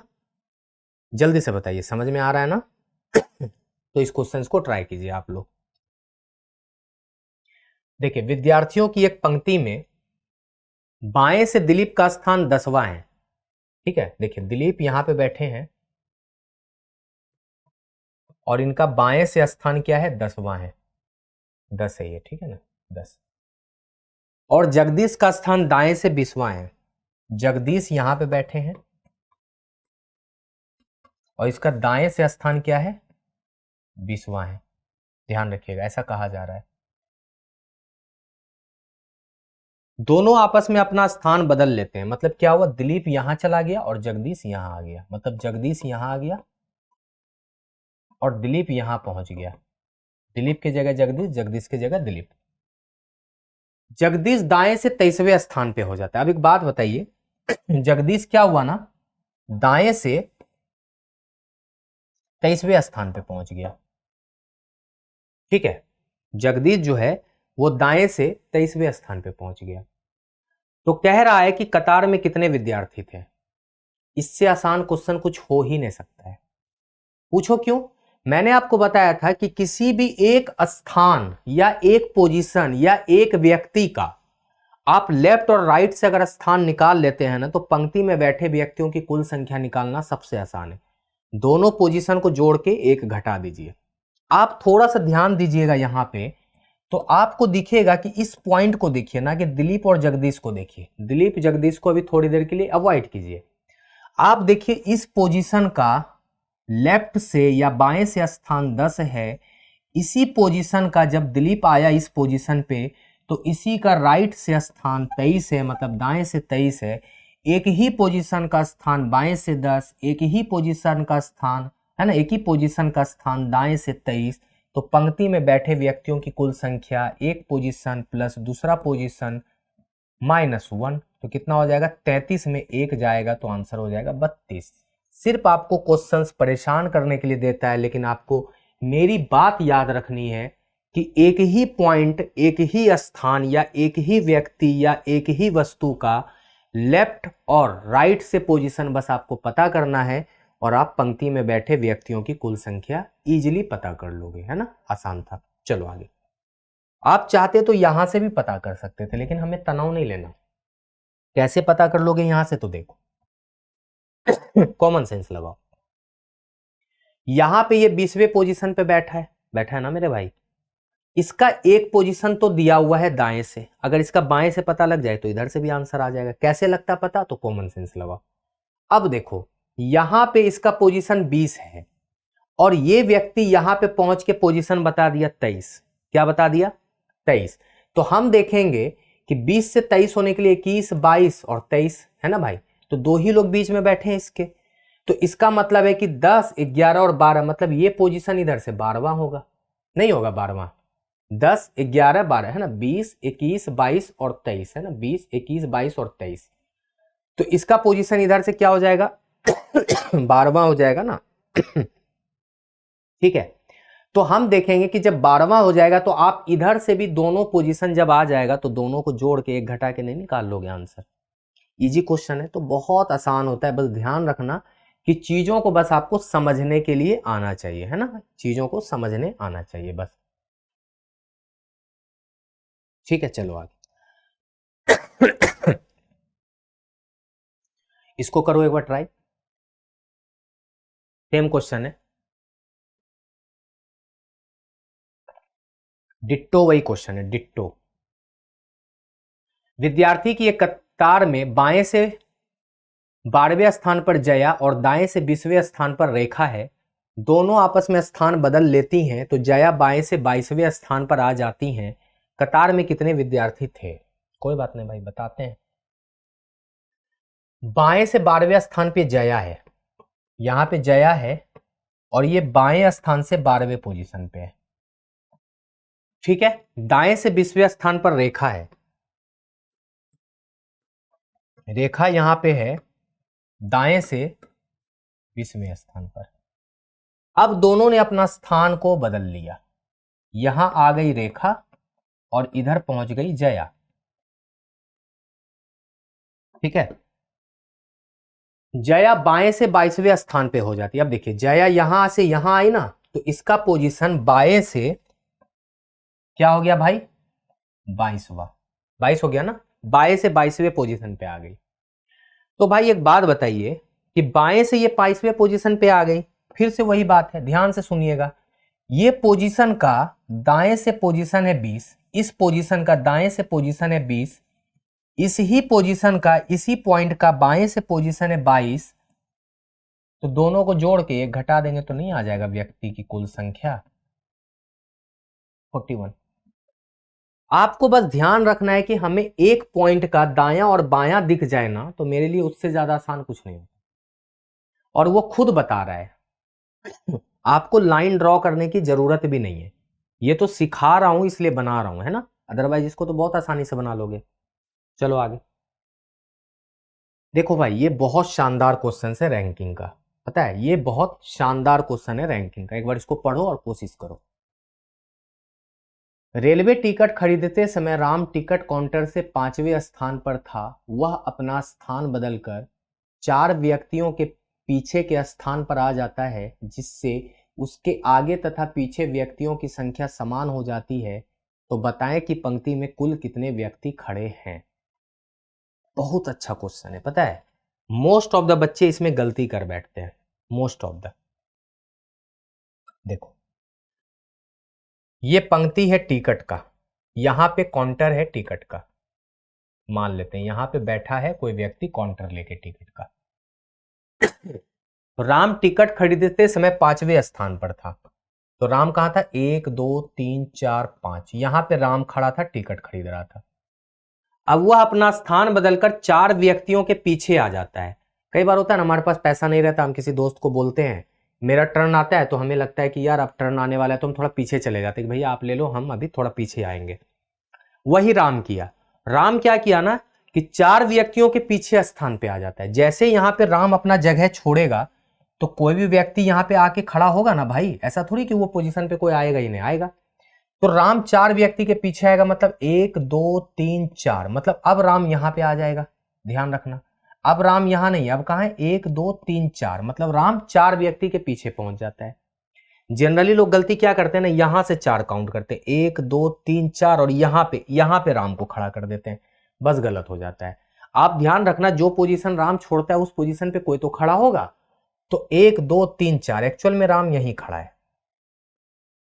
अब कह रहा है कि जिससे उससे आगे और पीछे के व्यक्तियों की संख्या समान हो जाती है। आगे कितना व्यक्ति है, तो देखो 1 2 3 4 5 6 7 8, 8 व्यक्ति ऊपर है, 8 व्यक्ति पीछे भी होगा।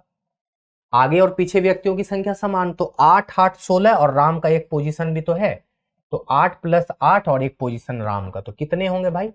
17 लोग लाइन में खड़े थे। जनरली आंसर लोग 19 देते हैं और गलत होता है। तो कितने लोग खड़े थे भाई? 17 लोग, याद रखना। टिकट लेने के लिए 17 लोग पंक्ति में खड़े थे। अच्छा क्वेश्चन था।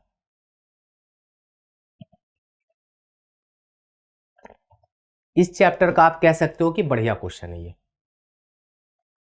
आगे चलो। किसी पंक्ति में पंकज की रैंक बाईं ओर से 5वीं और शुभम की रैंक दाईं ओर से 6वीं है।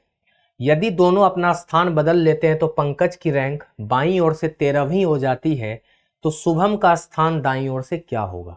देखो भाई, सेम क्वेश्चन है, अभी आप लोगों ने बहुत किया इंटरचेंज वाला, फिर भी करते हैं। पंकज की रैंक बाईं ओर से 5वीं है। यहां पे पंकज बैठा है और इसका बाईं ओर से रैंक है 5। शुभम की रैंक दाईं ओर से 6 है। शुभम का रैंक दाईं ओर से 6 है, याद रखना। यदि दोनों आपस में स्थान बदलेंगे, पंकज यहां आएगा, शुभम यहां आएगा, ध्यान रखना। पंकज यहां शुभम आ जाएगा और यहां पंकज आ जाएगा, दोनों अपना स्थान बदल लिए। तो कह रहा है पंकज की रैंक बाईं ओर से 13वीं हो जाती है। अब देखो, पंकज जो है ना वो बाईं ओर से 13वें स्थान पे आ जाता है, मतलब पंकज जो है ना अब यहां आ गया 13वें स्थान पे। कहां से भाई? बाईं ओर से।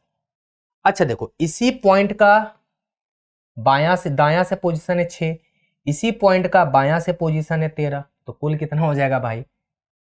तो देखो कुल कितना हो जाएगा? 6 + 13 और -1, तो कुल हो जाएगा 13 6 19 में 1 जाएगा तो 18। 18 तो कुल बैठे हैं, लेकिन आपसे कुल नहीं पूछा, इस बार आपसे क्या कर दिया है? शुभम का बाएं ओर से स्थान बता दीजिए। शुभम का बाएं ओर से स्थान बता दीजिए, ठीक है ना? तो एक बार, अच्छा शुभम का दाईं ओर से स्थान बताइए चेंज होने के बाद। शुभम का स्थान दाईं ओर से चेंज होने के बाद क्या होगा? शुरू में शुभम का स्थान 6 था, अब शुभम का स्थान दाईं ओर से क्या होगा चेंज होने के बाद? मतलब ये पोजीशन बताना है। तो एक बात बताइए, बायां से ये पोजीशन 5वां है, तो दायां से क्या होगा भाई? तो 18 में 5 घटेगा और +1 हो जाएगा, तो क्या हो जाएगा? 14वीं। कितना हो जाएगा भाई? 14वीं। तो ये पोजीशन 14वीं हो जाएगी। कहां से? दाएं से, ठीक है। तो आपको कुल निकाल के फिर से एक पॉइंट का पोजीशन बायां से दिया है तो दायां से नहीं निकाल लोगे। आपको कहा है कि इस पोजीशन का बायां दायां से स्थान बता दो, तो बायां से दिया है दाएं से बता देंगे। हमें पंकज और शुभम से मतलब नहीं है, हमें पॉइंट से मतलब है। हमें एक्चुअल में पॉइंट से मतलब है। पंकज और शुभम तो चलो क्वेश्चंस का हिस्सा है, कॉन्सेप्ट तो पॉइंट है ना भाई। उस पॉइंट पे शुभम पंकज की जगह मैं भी हो सकता था, तो उससे फर्क नहीं पड़ता। फर्क ये पड़ता है कि आपको कॉन्सेप्ट पता है या नहीं। अब देखो भाई, अंग्रेजी वर्णमाला वाला क्वेश्चन बहुत आता है, याद रखना। और अंग्रेजी वर्णमाला मैंने कल आपको सिखाया है कोडिंग डिकोडिंग में, तो अब आपको फायदा मिलेगा थोड़ा सा। कह रहा है कि यदि अंग्रेजी वर्णमाला में जे तथा पी का स्थान आपस में बदल दिया जाए, जे और पी का ध्यान रखना, साथ ही एल और ओ का एम और एन का स्थान बदल दिया जाए, तो के जो है किन दो अक्षरों के बीच होगा? देखो, जो बच्चे बिल्कुल ना समझ होंगे या पहली बार कर रहे होंगे वो पूरा अल्फाबेट लिखेंगे और अपना समय खराब करेंगे। हालांकि आंसर आएगा उसका, लेकिन हमें क्या बनना है? स्मार्ट। क्या बनना है? स्मार्ट। कह रहा है के किन दो अक्षरों के बीच आएगा, तो पहले ये सोचिए कि के वास्तविक में किन दो अक्षर के बीच आता है। तो जे के एल, मतलब जे और एल के बीच में आता है। ध्यान रखिएगा, जे और एल के बीच में आता है। जे का स्थान पी से बदल गया और एल का स्थान ओ से बदल गया, तो के किन दो अक्षरों के बीच में आएगा? तो पी और ओ के बीच में। इससे आसान क्वेश्चन था कुछ? इससे आसान क्वेश्चन था कुछ? या तो आप पूरा अल्फाबेट लिखो और बेवकूफ की तरह अपना समय खराब करोगे, लेकिन आप मेरी क्लास में बिल्कुल समय खराब नहीं करोगे। आपको रियल में पहले देखना था कि के किसके बीच में आता है, और पी बदला, जे बदला पी से, एल बदला ओ से। खुद कह रहा है वो। चलो आगे देखो भाई, बढ़िया क्वेश्चन है, इसको ट्राई करो एक बार। डायरेक्शन दिया हुआ है, इसको पढ़ो। व्यक्तियों की एक पंक्ति में ए और बी बैठा है। ए का स्थान बाईं ओर से 18वां, बी का स्थान दाईं ओर से 24वां है। दोनों आपस में स्थान बदल लेता है तो ए का स्थान बाईं ओर से 31वां हो जाता है। तो बी का दाईं ओर से नया स्थान क्या होगा? अभी किए है ना ऐसा क्वेश्चन, ट्राई करो एक बार। देखो ए और बी बैठा है, ए का स्थान बाईं ओर से 18वां है, ए का स्थान बाईं ओर से 18 और बी का स्थान दाईं ओर से 24, बी का स्थान दाईं ओर से 24। जब तक ओवरलैप करने ना बोले ना तो खुद से मत करना। यदि दोनों आपस में स्थान बदल लेते हैं, ए और बी बदल लेता है, बी यहां और ए यहां पहुंच गया, तो कह रहा है कि ए का स्थान बाईं ओर से 31 हो जाता है, ए का स्थान बाईं ओर से 31 हो जाता है, ए का जो पोजीशन है वो 31 हो जाता है बाईं ओर से, ध्यान रखना। तो कह रहा है कि बाईं ओर से बी का दाईं ओर से नया स्थान क्या होगा? अभी ऐसा क्वेश्चन किया था। अब देखो इस पोजीशन का आपने दायां से स्थान लिखा है, इसी पोजीशन का आपने बायां से स्थान लिखा है, तो टोटल कितने हैं भाई? 31 + 24 मतलब -1, मतलब 55 - 1, मतलब टोटल तो 54 लोग इस पंक्ति में है। इस पोजीशन का स्थान आपसे दायां से पूछा है क्योंकि बी का नया पोजीशन पूछ रहा है दायां से। इस पॉइंट का बायां से स्थान 18 है तो दायां से स्थान क्या हो जाएगा? तो भाई 54 - 18 और +1, तो 14 में 8 गया 6, 4 में गया 3 + 1, मतलब क्या हो जाएगा? 37। आंसर क्या हो जाएगा? 37। बी का दाईं ओर से नया स्थान क्या है? 37, क्योंकि हमें केवल इस पोजीशन को बताना था दायां से, हमें मतलब नहीं है बी हो या ए हो। आपको पता था इस पॉइंट का बायां से पोजीशन पता है तो दायां से निकाल लेंगे। चलो नेक्स्ट क्वेश्चन, वही क्वेश्चन है, पंक्ति में कुल कितने व्यक्ति बैठे? निकाल के तो बैठे हो 54, आंसर दे दो। वही क्वेश्चन है 54। ए तथा बी के बीच में कितने व्यक्ति बैठे हैं? आसान सा क्वेश्चन है भाई, देख लो ए और बी के बीच में कितने लोग बैठे होंगे। अब दिमाग लगाओ कैसे लगाओगे? देखो कहीं से भी लगा लो। इसका पोजीशन आपको बायां से 31 दिया हुआ है और यहां पे 18 है, तो 18 से 31 पहुंचने में कितने लोग होंगे भाई? 18 से 31 पहुंचने में कितने लोग होंगे? यहां तक 18 है, यहां तक 31 है, तो 18 के बाद 19, 20, 21, 22, 23, 24, 25, 26, 27, 28, 29, 30 और 31वां पोजीशन ये है। तो कितने लोग हैं? देखो 1, 2, 3, 4, 5, 6, 7, 8, 9, 10, 11, 12, तो कितना आंसर हो जाएगा? 12। या आप ऐसे भी सोच सकते थे 31 में 18 घटाते और कितना हो जाता और +1 कर देते तो 11 + 1, ऐसे भी पता लग जाता 12, बीच की संख्या निकालने का। लेकिन हमने आपको मैनुअली इसलिए सिखाया है कि जिससे आप बहुत आसानी से चीजों को सीख सको, है ना? आसान था। चलो आगे इसको करो, नया क्वेश्चन। इस क्वेश्चन को जो करेगा वो समझो कि सबसे ज्यादा सीखा होगा, रैंकिंग याद रखना।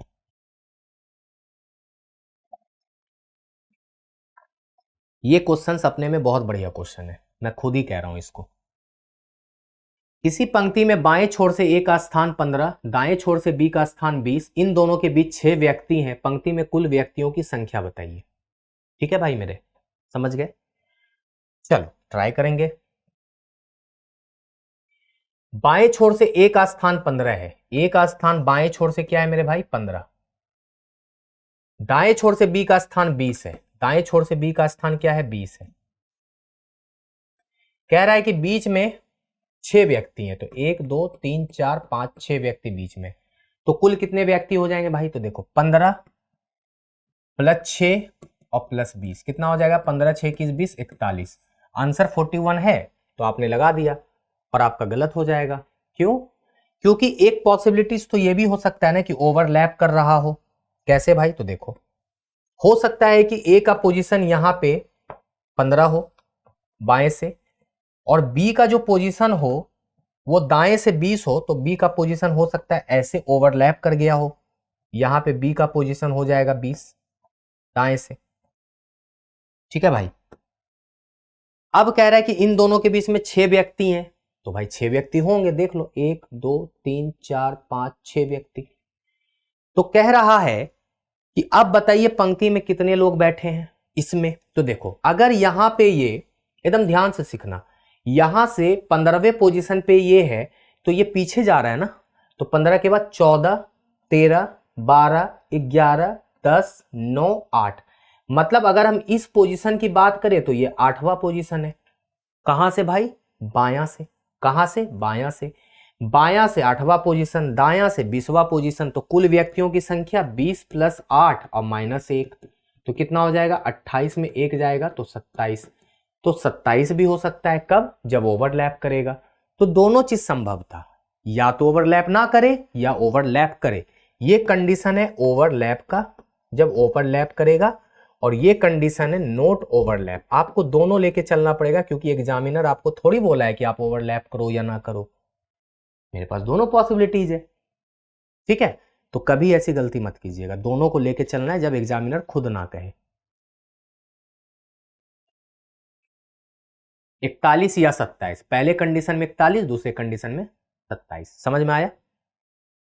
इसलिए मैंने कहा कि ये सबसे बढ़िया क्वेश्चन है रैंकिंग का। इसको आप सीख गए तो समझिए सब सीख गए। लड़कियों की एक पंक्ति में,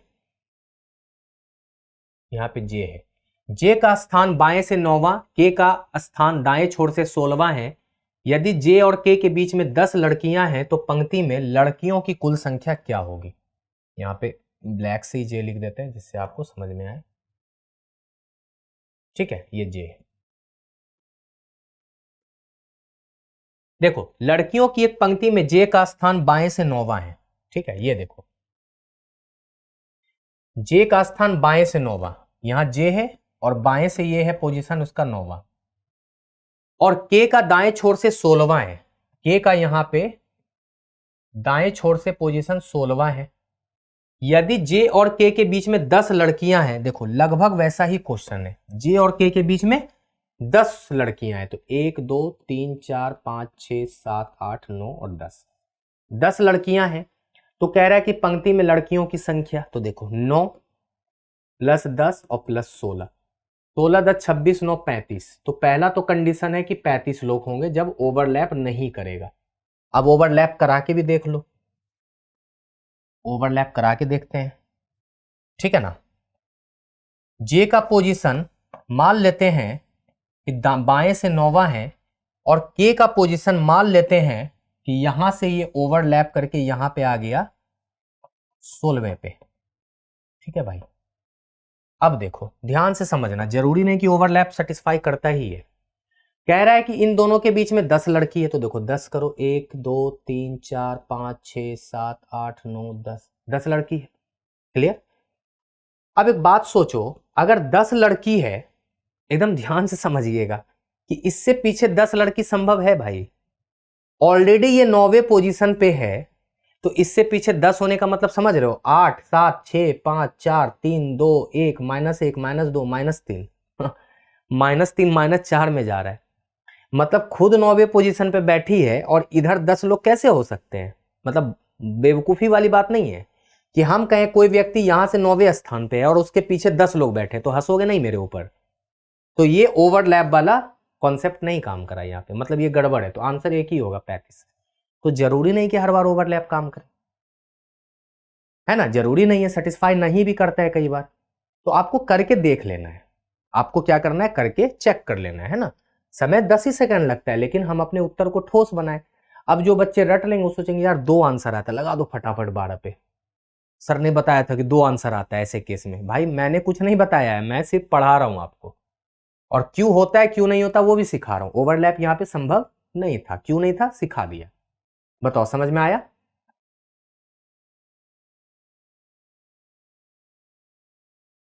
समझ में आया? आगे चलो। किसी पंक्ति में 50 लोग हैं, आदित्य दाएं से 38 स्थान पर बैठा है, विक्रम बाएं से 27वें स्थान पर है। यदि सचिन इन दोनों के बिल्कुल बीच में हो तो उसका दाएं से कौन सा स्थान होगा? बढ़िया क्वेश्चन है।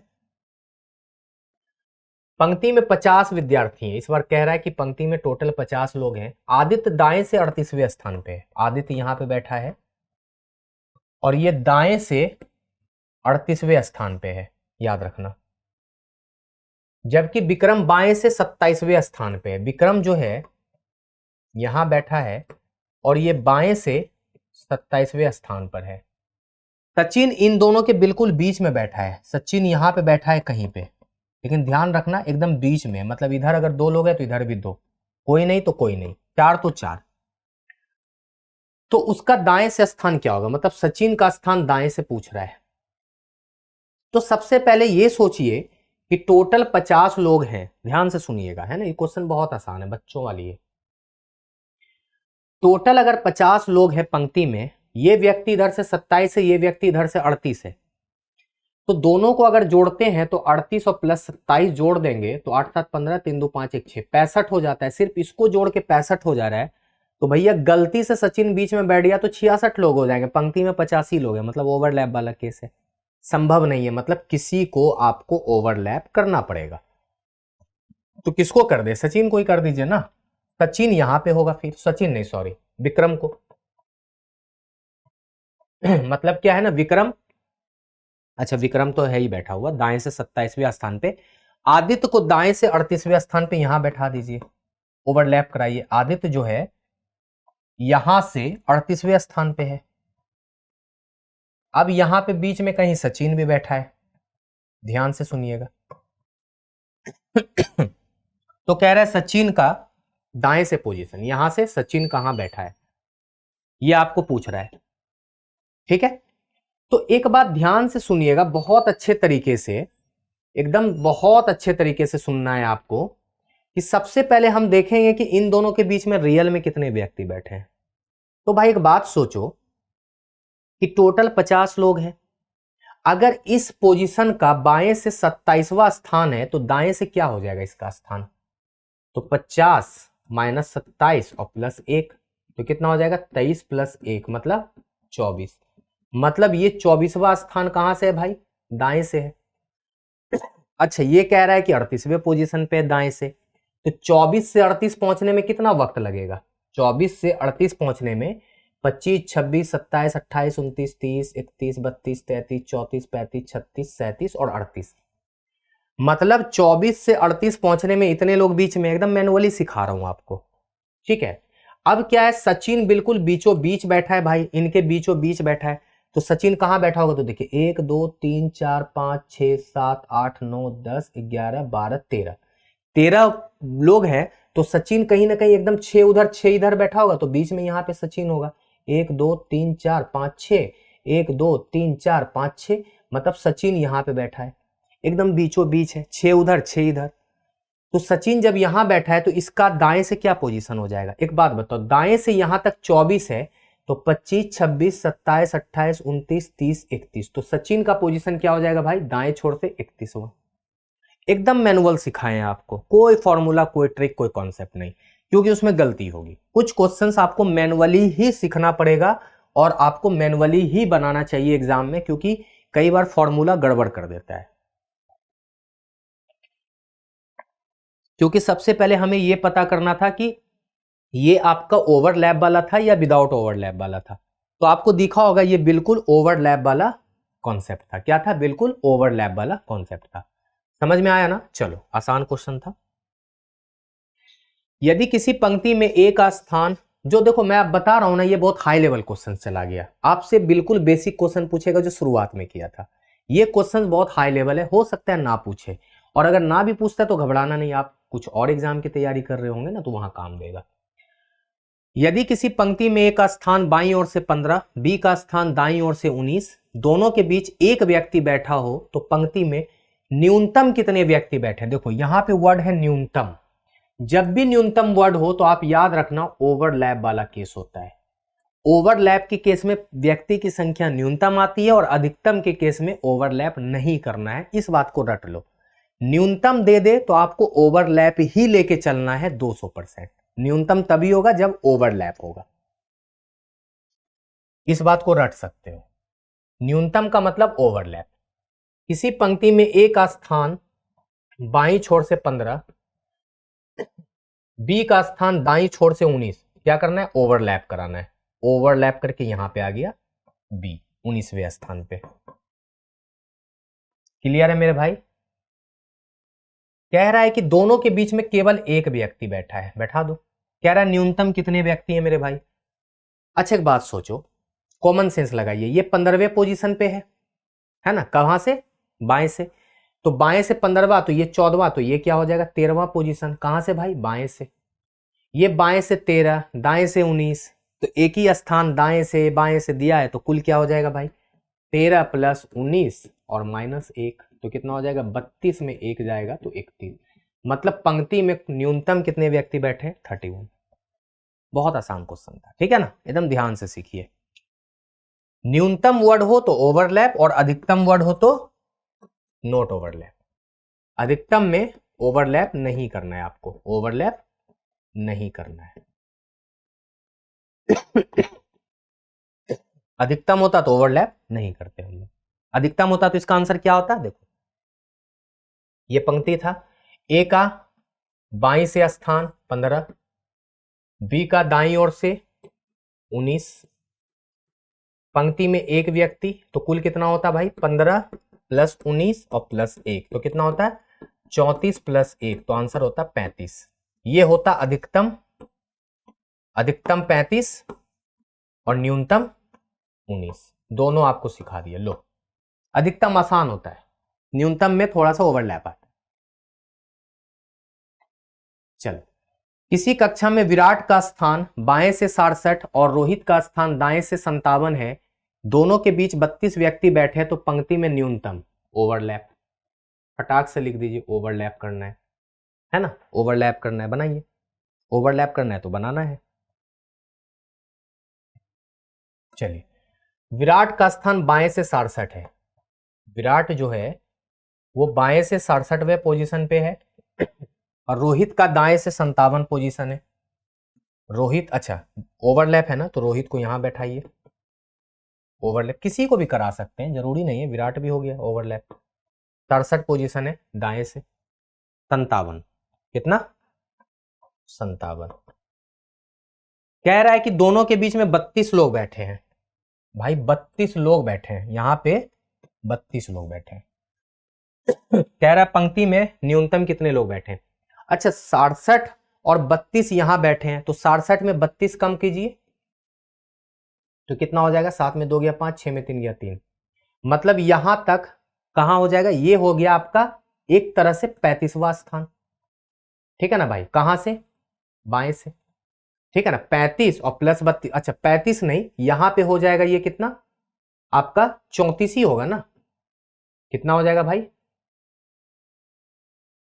देखिए ये 34वां स्थान होगा तभी तो, देखिए 34 32 66 और ये 67वां पोजीशन, तो एक कम भी करेंगे ना इसमें, कितना हो जाएगा 34, कॉमन सेंस लगाइए ना, 34वां स्थान ये होगा, 32 ऑलरेडी बैठा है, तो 34 32 66 और 67वें पोजीशन पे विराट बैठा है। अच्छा 34वें स्थान पर ये बायां है और दायां से 57 स्थान है, तो दोनों का सम कितना हो जाएगा 57 प्लस 34, और कुल निकालने के लिए कम 7 4 11 5 3 8 1 9 मैंने से, तो कितना हो जाएगा टोटल 90 व्यक्ति दोनों के, सॉरी पंक्ति में बैठे हैं न्यूनतम। अधिकतम होता तो क्या करते, 67 32 और 57 सबको जोड़ देते, 67 32 और 57 सबको जोड़ देते, 7 2 9 7 16 6 3 9 6 15, 156 हो जाता अधिकतम। अधिकतम तो बहुत आसान है, न्यूनतम 57, सॉरी न्यूनतम क्या है 90, ठीक है। चलो आगे, किसी पंक्ति में ए का स्थान बाईं ओर से 18, बी का दाईं ओर से 25, पंक्ति में कुल कितने व्यक्ति हैं। देखो एक पंक्ति है, खुद बोलोगे कि सर कैसे निकालें इसका आंसर, ए का स्थान बाईं ओर से 18, बी का स्थान दाईं ओर से 25, कह रहा है कि पंक्ति में कुल कितने व्यक्ति, कैसे बताओगे भाई, और कुछ इंफॉर्मेशन चाहिए ना कि दोनों के बीच में कुछ लोग बैठे हैं, या दोनों ओवरलैप कर रहा है, या दोनों नहीं कर रहा है, या दोनों के बीच में कोई नहीं बैठा है, एक ही पोजीशन पे दोनों बैठा है, तभी तो निकाल पाएंगे। हम कहेंगे ज्ञात नहीं किया जा सकता, और इंफॉर्मेशन चाहिए, है ना। चलो आगे, 46 व्यक्ति की एक पंक्ति में, जल्दी जल्दी करो, मिथुन पंक्ति में बाईं ओर से 22वें स्थान पर है, पंकज पंक्ति में दाईं ओर से 21वें स्थान पर है, मिथुन और पंकज के बीच में बैठे व्यक्तियों की संख्या ज्ञात कीजिए, ठीक है। वीडियो नहीं आ रही, आज नेटवर्क प्रॉब्लम बहुत है, ऐसा है क्या? अभी आ रहा है? एक बार जल्दी से बताइए, अभी वीडियो आ रहा है? अभी आपको वीडियो मिल रही है? एक बार जल्दी से मैसेज करिए। 46 व्यक्ति का एक पंक्ति है, ये 46 लोग हैं पंक्ति में। बाईं ओर से मिथुन 22वें पे है, मिथुन जो है बाईं ओर से 22वें स्थान पर है मिथुन, और पंकज पंक्ति में दाईं ओर से 21वें स्थान पर है। पंकज यहां है, दाईं ओर से 21वें स्थान पर कौन है? पंकज बैठा है। मिथुन और पंकज में के बीच में बैठे व्यक्तियों की संख्या ज्ञात कीजिए।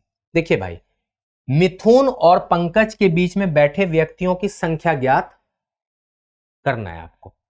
तो आप एक बात देख रहे हैं, इधर से ये 22 बैठा है, इधर से ये 21 बैठा है, तो दोनों को जोड़ेंगे तो 22 और प्लस 21 कितना हो जाता है? 43। तो 43 होता है, इसका मतलब है कि ओवरलैप नहीं हुआ है। अगर ये बड़ा हो जाता है, ये छोटा हो जाता है, तब ओवरलैप होता है। ये बड़ा है ना और ये छोटा है, तो ओवरलैप नहीं है। 43 है, इसका मतलब 44, 45, 46, मतलब 3 लोग बीच में बैठे हैं, और आपका आंसर क्या होगा कि 3 लोग इसके बीच में बैठे हैं। या 5 तो संभव ही नहीं है ना, 22 21 कितना होता है भाई? 43, 3 ही लोग। 46 लोग हैं ना, तो इसका आंसर 3 होगा। 5 तो संभव है नहीं, है ना, 5 तो संभव है नहीं। या ओवरलैप करा के देख सकते हैं एक बार, है ना। अगर या दिया है तो एक बार ओवरलैप पे भी चेक कर लेते हैं, क्या पता ओवरलैप कर रहा हो, है ना। जरूरी नहीं कि कम हो तो ये कम हो जाएगा तो ओवरलैप नहीं होगा, हो सकता है ओवरलैप, है ना, हो सकता है। चलिए एक बार करके देख लेते हैं। 3 तो है, चलो देखो आप इस पे टिक कर सकते हो, क्योंकि 3 किसी भी ऑप्शन में नहीं था, 3 तो तय बात है। ओवरलैप करेगा तो 5 भी आएगा उत्तर। देखो मिथुन है यहां, और ये क्या है? 22वें पोजीशन पे है। पंकज हो सकता है इसको ओवरलैप कर गया होगा, पंकज ओवरलैप करके यहां पे पहुंच गया होगा 21वें स्थान पे। अब देखो मेरी बात एकदम ध्यान से सुनो। देखो ये 22वें पोजीशन पे है, ठीक है। अब कह रहा है कि इसके बीच टोटल 46 व्यक्ति बैठे हैं। तो भाई एक बात बताओ, अगर यहां पे ये 22वें पोजीशन पे लेफ्ट से है, तो राइट से क्या होगा? 46 माइनस 22 और प्लस 1, तो कितना हो जाएगा भाई? 24 प्लस 1, 25वें पोजीशन पे है। तो इधर से ये 25वें पोजीशन पे, किधर से? इधर से।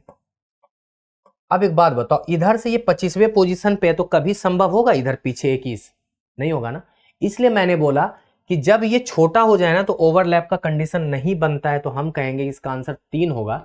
ये 5 आपको गलत दे दिया था इसने, तो आंसर केवल 3 होगा। ओवरलैप यहाँ पे संभव नहीं होगा, कभी नहीं होगा।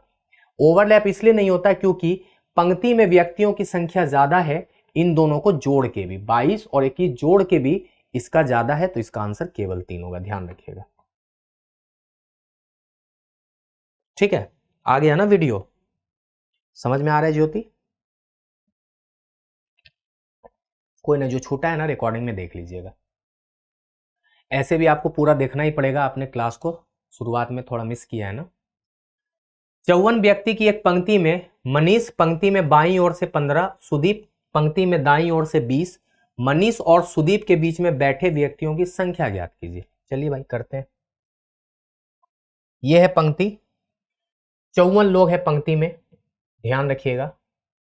मनीष पंक्ति में बाएं छोर से 15वें पे स्थान पे है, मनीष बाएं छोर से 15वें स्थान पे है, और सुदीप पंक्ति में दाईं ओर से 20वें स्थान पे है। सुदीप क्या है? दाईं ओर से 20वें स्थान पे है। अब कह रहा है कि मनीष और सुदीप के बीच में बैठे व्यक्तियों की संख्या ज्ञात कीजिए। अगर दोनों दूर दूर होगा तो दोनों कितने लोग कैरी कर रहे हैं? 15 और 20, 35 लोग। भाई टोटल है 54, तो बीच में कितने लोग बैठे होंगे? 54 में 35 घटा दीजिए, आंसर हो जाएगा 19। यहां पे 19 लोग बैठे हैं। ओवरलैप नहीं हो रहा होता है तो बहुत मजा आ जाता है बनाने में, है ना। चलो समझ में आ रहा होगा। ओवरलैप इसलिए नहीं होता ना क्योंकि जब पंक्ति में व्यक्ति की संख्या उन दोनों के कुल से कम ज्यादा होता है ना, तो ओवरलैप नहीं होता। कम हो जाता है तब ओवरलैप होता है। मोहन बाएं से 35वें स्थान पर बैठा है, सोहन दाएं से 22वें स्थान पर बैठा है। पंक्ति में 54 लोग बैठे हैं, तो मोहन और सोहन के बीच में कितने व्यक्ति हैं? अब देखते हैं इसको, क्या पता ओवरलैप कर जाए। पंक्ति में 54 लोग हैं टोटल, ध्यान रखिएगा, ऐसा कहा गया है। मोहन बाएं से 35वें स्थान पे है। मोहन बाएं से 35वें स्थान पे है और सोहन दाएं से 22वें स्थान पे है। सोहन दाएं से 22वें स्थान पर है। अब एक बात बताइए, दोनों को हम जोड़ते हैं 1 मिनट के लिए, 35 और 22 तो कितना हो जाता है भाई? 57। भाई यहीं पे 57 है, गलती से एक लोग भी बीच में बैठ जाएगा तो 58 हो जाएगा, जबकि 54 ही लोग बैठे हैं, मतलब ओवरलैप होना तय है। क्योंकि ये डेटा छोटा हो रहा है तो ओवरलैप तय बात है। तो हम सोहन को यहां बैठाएंगे और इसको ओवरलैप कराएंगे मोहन के साथ। ये बैठता है 22वें पोजीशन पे, कहां से? दाएं से। टोटल 54 लोग बैठा है। अच्छा एक बात बताइए, टोटल 54 लोग बैठा है तो ये भाई साहब 22वें पोजीशन पे दाएं से बैठे हैं, तो दाएं से कौन से पोजीशन पे बैठे हैं? तो 54 माइनस 22 प्लस 1 मतलब कितना हो जाएगा? 2 3 प्लस 1, 33वें पोजीशन पे बैठा है। कौन से पोजीशन पे? इधर से 33वें पोजीशन पे, इधर से सोहन 33वें पोजीशन पे ये बैठा है। मोहन वही बाएं से 35वें पोजीशन पे बैठा है। तो 33 34 35 मतलब एक ही व्यक्ति बीच में बैठा है ना मेरे भाई, 33 34 और 35। आसान सा क्वेश्चन था। तो आपको ध्यान रखना है कहां पे ओवरलैप हो रहा है, कहां पे नहीं हो रहा है, इस बात का बहुत बारीकी से ध्यान रखिएगा। चलिए आगे, जल्दी से बताइए भाई। अच्छा क्वेश्चन है, बहुत मजा आएगा करके, बहुत क्वेश्चन बचा हुआ है। ए से जेड तक सभी अल्फाबेट को कुछ इस तरीके से लिखा जाता है। ए छोड़ के सी, फिर छोड़ के ई, फिर छोड़ के जी, इस तरह करके लिखा जाता है। हर दूसरा लेटर छोड़ दिया जाता है और खाली को रिवर्स ऑर्डर में लिखा जाता है, मतलब ऐसे लिखा जाता है जेड वाई एक्स, है ना, इस तरह करके लिखा जाता है। तो कह रहा है ए जेड इस तरह करके लिखा गया है, देखिए है ना, A Z C X E V ऐसे करके लिखा जाता है, ठीक है। तो कह रहा है कि क्यू और एस के बीच में कौन सा लेटर होगा? क्यू और एस के बीच में कौन सा लेटर होगा? देखो ये सब क्वेश्चंस को ट्रिक से करना है, इतना लिखने मत लगना। अब एक बात सोचो, यहां ए लिखा गया है, बी को छोड़ा गया है, सी लिखा गया है, मतलब आप देख रहे हैं 1 3 5 7 इस तरह का लेटर लिखा हुआ है, मतलब ऑड प्लेस का लेटर लिखा हुआ है और इवन प्लेस का गायब है। आप देखो क्यू और एस कौन कौन सा लेटर है भाई? क्यू होता है 17वां और एस होता है 19वां पोजीशन पे, मतलब क्यू और एस के बीच में जो पोजीशन होगा 18वां पोजीशन, वो क्या होगा भाई? रिवर्स लेटर का होगा। किसका होगा? रिवर्स लेटर का होगा, ध्यान रखना। 18वां पोजीशन क्या होगा? रिवर्स लेटर का होगा। अब देखो ए के बाद आपने जेड लिखा है, सी के बाद आपने एक्स लिखा है, ई के बाद आपने वी लिखा है, ठीक है ना, इस तरह करके आप लिख रहे हो। तो अब एक बात बताइए कि क्यू और एस के बीच में क्या आएगा? क्यू और एस के बीच में क्या आएगा? आप देखो ए और जेड क्या है? एक दूसरे का रिवर्स लेटर है। सी एक्स क्या है? एक दूसरे का रिवर्स लेटर है। ई वी क्या है? एक दूसरे का रिवर्स लेटर है। तो क्यू का रिवर्स लेटर मैंने क्या बताया था आपको? जे क्यू, याद है? जोकर। तो ये क्या हो जाएगा? जे, तो आंसर हो जाएगा जे। बस आपको ध्यान रखना था रिवर्स लेटर। देखो कोडिंग डिकोडिंग का कॉन्सेप्ट काम कर गया। आपको क्यू का रिवर्स लेटर उसके बगल में लिख देना था, जैसे ए के बगल में उसका रिवर्स, सी के बगल में उसका रिवर्स, ई के बगल में उसका रिवर्स, तो क्यू के बगल में उसका रिवर्स, तो जे होगा, क्यू जे जोकर, है ना। चलो आगे। कौन सा लेटर जी के दाएं और बाएं होगा? अब देखो जी के दाएं और बाएं, जी होता है 7वें पोजीशन पे, जी होता है 7वें पोजीशन पे, है ना भाई। और आपको पता है ऑड लेटर लिखा गया होता है, तो जी के दाएं क्या होगा? जीटी रोड, टी होगा। और जी के पहले क्या होगा भाई? तो जी के बाद टी होगा। तो देखो किस ऑप्शन में बाद में टी है? तो यही है टी, पीछे आर ही होगा। आसान सा क्वेश्चन था, है ना, कि जी के बाद उसका रिवर्स लेटर क्या होता है? T, GT road. बाएं छोर से 16वें लेटर के दाएं और कौन सा लेटर होगा? बाएं छोर से 16वें लेटर के दाएं और कौन सा लेटर होगा? बाएं छोर से 16वें के दाएं और, देखो बाएं छोर से 16वां लेटर, याद रखो बाएं छोर से 16वां लेटर कोई भी होगा, जो भी हो, और उसके दाएं ओर, तो दाएं का मतलब 17वां लेटर। 17वां लेटर कौन सा होता है भाई? अल्फाबेट में 17 नंबर पे कौन आता है? क्यू आता है। तो आंसर क्या हो जाएगा? क्यू। इससे आसान क्वेश्चन क्या होगा? आपको अल्फाबेट प्लेस वैल्यू याद रखना है बस, ठीक है। आगे चलो।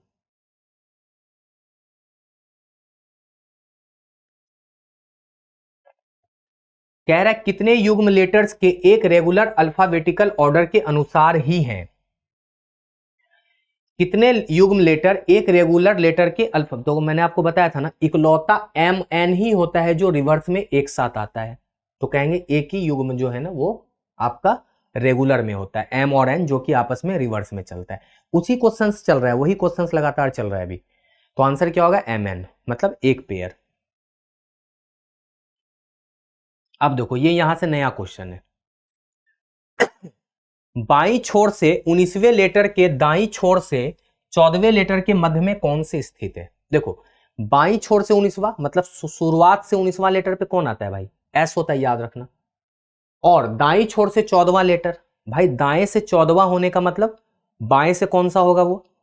तो आपको बताया था ना कि 27 वाला कॉन्सेप्ट याद रखिएगा। तो 27 में 14 जाएगा तो 13, मतलब बाएं दाएं छोर से 14वां लेटर होने का मतलब बाएं छोर से वो 13वां लेटर होगा। बाएं छोर से वो कौन सा लेटर होगा, 13वां। तो भाई 13वां लेटर कौन सा होगा, याद रखिए एम होता है। तो एम और एस के बीच में क्या होगा, तो एम और एस के बीच में क्या आता है, N O P Q R, इतना लेटर आता है। और देखो इसमें बीच में कौन है, एकदम मध्य में कौन है, पी है, क्योंकि इधर भी दो इधर भी दो, तो आंसर क्या हो जाएगा, पी। ठीक है ना, आसान सा क्वेश्चन है। केवल आपको प्लेस वैल्यू याद रखना है। अंग्रेजी वर्णमाला के यदि सभी अक्षरों को क्रम से लिखा जाए तो बाएं से 17वां अक्षर कौन सा होगा। अरे भाई ए से जेड तक लिखा जाता है तो 17वां पोजीशन पे क्या आता है, क्यू आता है। क्यू का पोजीशन ही 17 होता है, क्योंकि कह रहा है क्रम से लिखा जाता है। अंग्रेजी वर्णमाला के सभी अक्षरों को क्रम से लिखा जाता है तो दाएं से 16वां अक्षर कौन सा होगा, मतलब पीछे से, दाएं का मतलब पीछे से। भाई दाएं से 16वां होने का मतलब आगे से 27 में 16 घटा दीजिए, मतलब 11वां पोजीशन आगे से, मतलब बाएं से। कोई भी चीज अगर दाएं से 16वां है तो आगे से कितना होगा, वही बात है। टोटल अगर रो में 27 लोग हैं तो अगर पीछे से 16वां है तो आगे से क्या होगा, 11वां, है ना भाई। तो आगे से 11वां होने का मतलब 11वें पोजीशन पे क्या होता है, के होता है, आंसर के। ठीक है, आप करके भी देखोगे ना, आप अल्फाबेट पे काउंट भी करोगे तो यही आना है। यदि अंग्रेजी वर्णमाला के सभी अक्षरों को क्रम से लिखा जाए तो बाएं से 16वें अक्षर के दाएं चौथा अक्षर कौन सा होगा। देखो एक बात याद रखना, हम आपको एक बहुत इंपॉर्टेंट बात लिख रहे हैं। दाया प्लस बायां अगर आ जाए तो आपको जोड़ना है, ठीक है। दाया प्लस दाया आ जाए तो आपको घटाना है, बड़े में से छोटा को। बायां प्लस बायां आ जाए तो आपको घटाना है, और बायां और प्लस दायां आ जाए तो आपको जोड़ना है। ये बहुत बड़ा ट्रिक है, देखो कैसे इसका यूज करते हो और 10 सेकंड में क्वेश्चंस को सॉल्व करोगे आप। ध्यान से सीखना, ये ट्रिक याद रखना। कह रहा है कि यदि अंग्रेजी वर्णमाला के सभी अक्षरों को क्रम से लिखा जाए, मतलब ए से जेड तक लिखा गया है, बाएं से 16वें अक्षर के दाएं, तो देखो बायां और दायां दो अलग अलग आ रहा हो ना, बायां और दायां तो क्या करते हैं, जोड़ देते हैं। क्या करते हैं, जोड़ते हैं।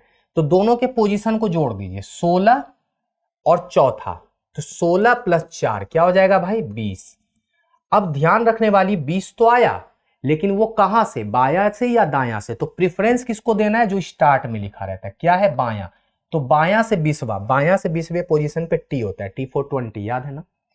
तो आप इस ट्रिक को याद रखना, दो अपोजिट होगा तो जुड़ेगा, सेम होगा तो माइनस होगा। देखो अपोजिट जुड़ना, अपोजिट जुड़ना, same minus, same minus, same में माइनस अपोजिट में प्लस, सेम में माइनस अपोजिट में प्लस, ध्यान रखना। और प्रेफरेंस किसको देना है, स्टार्ट वाले को। ऐसे भी सोचो आप कि सभी अक्षरों को क्रम से लिखा जाए तो बाएं से 16वां, मान लेते हैं बाएं से 16वें पोजीशन पे कोई लेटर होगा, इसके दाएं चौथा, मतलब 17 18 19 20, मतलब 20वें पोजीशन वाला टी। समझ में आया ना, दाया उधर ही चला जाता है इसलिए जुड़ जाता है, बायां बोलता तो पीछे आ जाता। आगे चलो। यदि अंग्रेजी वर्णमाला के सभी अक्षरों को क्रम से लिखा जाए तो बाएं से 20वें अक्षर के बाएं छठा अक्षर कौन सा। अब देखो ध्यान दो, बायां बायां क्या होगा, घट जाएगा। तो 20 में से किसको घटाना है, 6 को, तो क्या हो जाएगा 14। प्रेफरेंस किसको देना है, बायां को, तो मतलब बाएं से 14वें स्थान पे क्या होता है भाई, स्टार्ट से 14वां स्थान पे एन, तो आंसर हो जाएगा एन। 10 सेकंड में बन रहा है ना, आप करके भी देखोगे तो 10 ही आपको 1 मिनट लगेगा, लेकिन आंसर एन ही आएगा। लेकिन मेरी बात याद रखना, बायां बायां घटाना है, दायां दायां घटाना है, बायां दायां जोड़ना है, दायां बायां जोड़ना है। ठीक है, आगे चलो। अंग्रेजी वर्णमाला के सभी अक्षरों को क्रम से लिखा जाए तो बाएं से 11वां अक्षर के दाएं 8वें अक्षर के बाएं तीसरा अक्षर कौन सा होगा? घबराना नहीं है भाई, एक एक करके करेंगे, एक एक करके करेंगे, समझो। यहां देखो, बायां दायां जोड़ दो तो 11 प्लस 8 कितना हो जाएगा? 19। 19 जो आया है वो प्रेफरेंस किसको देंगे? बायां से। तो अब हो गया बायां से 19। अब इस बात को खत्म कर दीजिए यहां तक। फिर कह रहा है बाएं से 19 के बाएं तीसरा, फिर बायां प्लस बायां आया तो माइनस क्या होगा भाई? 3। तो 19 में 3 जाएगा तो 16। प्रेफरेंस किसको देना है? बायां को। तो बाएं से 16वें स्थान पे कौन है? पी। तो मेरा आंसर हो जाएगा पी। देख रहे हो कितना सेकंड में बन रहा है? 10 सेकंड में। तो एक एक करके करना है। पहले बायां दायां को जोड़ दिए, फिर बायां दायां जोड़े तो बायां आया, और बायां और बायां आ गया तो माइनस कर दिए, और प्रेफरेंस बायां को देना है क्योंकि बायां पे चल रहा है काम। समझ पा रहे हो? शायद ऐसे नहीं सीखे होगे आप, है ना। अंग्रेजी वर्णमाला के सभी अक्षरों को क्रम से लिखा जाए तो दाएं से 17वें अक्षर के बाएं चौथा। अब देखो, दायां बायां जुड़ जाएगा तो 17 प्लस 4 क्या हो जाएगा? 21। लेकिन ध्यान रखना ये दायां से है क्योंकि प्रेफरेंस क्या है इस बार? दायां है। अच्छा, दायां से 21 का मतलब इधर से 21, तो हमें दायां से 21 के लिए क्या होगा? हमें बायां से लाना पड़ेगा। तो 27 में 21 घटा दीजिए तो बायां से वो क्या हो जाएगा? 6। तो बाएं से छठे स्थान पे क्या होता है? एफ होता है, तो आंसर एफ हो जाएगा। हमें हर हाल में तो आंसर बायां से बताना है ना भाई। तो बायां से बताने के लिए क्या करते हैं? दायां को घटा देते हैं, 27 में घटा देते हैं पोजीशन। रैंकिंग एंड सीक्वेंस पढ़ रहे हो ना। अंग्रेजी वर्णमाला के सभी अक्षरों को क्रम से लिखा जाए तो दाएं से 21वें अक्षर के दाएं 5वां अक्षर। अब देखो, दायां दायां घट जाएगा ना, तो 21 माइनस 5 16। 16 कहां से भाई? दायां से, क्योंकि प्रेफरेंस दायां पे है। अच्छा, दाएं से 16वां है तो बाएं से क्या हो जाएगा? हमें बाएं से ना आंसर देना होता है भाई, क्योंकि ABCD हमें बायां से ज्यादा याद रहता है। पीछे से अगर हम बोलेंगे 16वां काउंट करो तो कैसे करोगे? ZX, फिर कंफ्यूज हो जाओगे। तो 27 में 16 घटा के दायां से बायां से निकाल लो 11वां। 11वें स्थान पे क्या होता है? के होता है। पीछे से भी काउंट करो ना आप, पीछे से 16वां काउंट करो, ZY X इस तरह करके करोगे ना तो 16वें पोजीशन पे के ही आएगा, ध्यान रखना। अंग्रेजी वर्णमाला के सभी अक्षरों को उल्टे क्रम में लिखा जाए। इस बार क्या जेड से लिख रहे हो आप? जेड से लेके ए तक।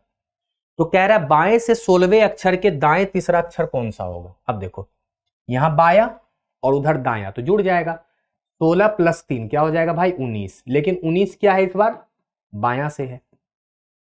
अच्छा, बायां से है मतलब जेड से बताना है। जेड से 19 पे जाओगे तो कितना दिक्कत है, तो इस बार इधर से चले जाओ, दायां से आ जाओ। क्योंकि दायां इस बार ABCD किधर से लिखा है? दायां से लिखा है, तो हमें दायां की जरूरत है। तो 27 में 19 घटा दो तो 8वां पोजीशन दायां से, और दायां से इस बार ABCD लिखा है, ABCD इधर से लिखा है इस बार। तो 8वें पोजीशन पे इधर से क्या होगा? H होगा। 8वें पोजीशन पे इधर से क्या होगा? H होगा। इस बार ऐसे लिखा था ना, देखो ऐसे लिखा था, ABCDEFGHIJKLMNOPQRSTUVWXY और Z, ऐसे लिखा था। इस बार ऐसे लिखा था हम लोगों ने। तो कह रहा है बाएं से 19वां, देखो 1 2 3 4 5 6 7 8 9 10 11 12 13 14 15 16 17 18 19, H आया ना। इधर से काउंट करो 1 2 3 4 5 6 7 8, दाएं से 8वां, बाएं से 19वां। एक ही बात है, बस आप तनाव मत लेना भाई, है ना, तनाव मत लेना। देखो इस क्वेश्चन को करो। अंग्रेजी वर्णमाला के प्रारंभिक 5 अक्षर को विपरीत क्रम में लिखा जाता है। 5 अक्षर को मतलब ए से लेके ई तक को उल्टा लिख दिया, ऐसे लिख दिया गया, EDCBA ऐसे लिख दिया गया। फिर 5 अक्षर को फिर विपरीत लिखा गया, फिर आगे भी लिखा जा रहा है, और अंत में जेड को एज इट इज लिखा गया, क्योंकि 25 के बाद जेड 26वां पोजीशन है तो लिख दिया गया।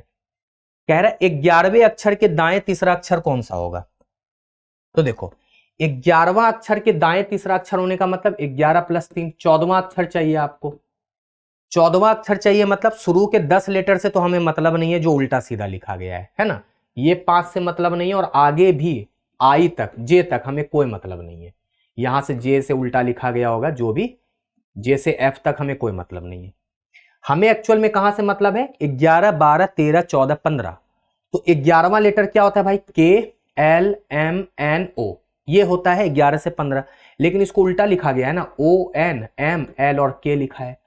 तो हमें क्या चाहिए? 14वां लेटर। तो भाई 10 तक तो यहां समाप्त हो गया, जिसे कोई मतलब नहीं था, लेकिन काउंटिंग में तो रहेगा ना। 10 11 12 13 14, तो आंसर क्या हो जाएगा? एल। क्या हो जाएगा? एल। समझ में आ रहा है? इंटरेस्टिंग है ना? बहुत इंटरेस्टिंग बना देंगे आपके लिए रैंकिंग, अगर आप मेरे से सीखोगे तो। चलो आगे।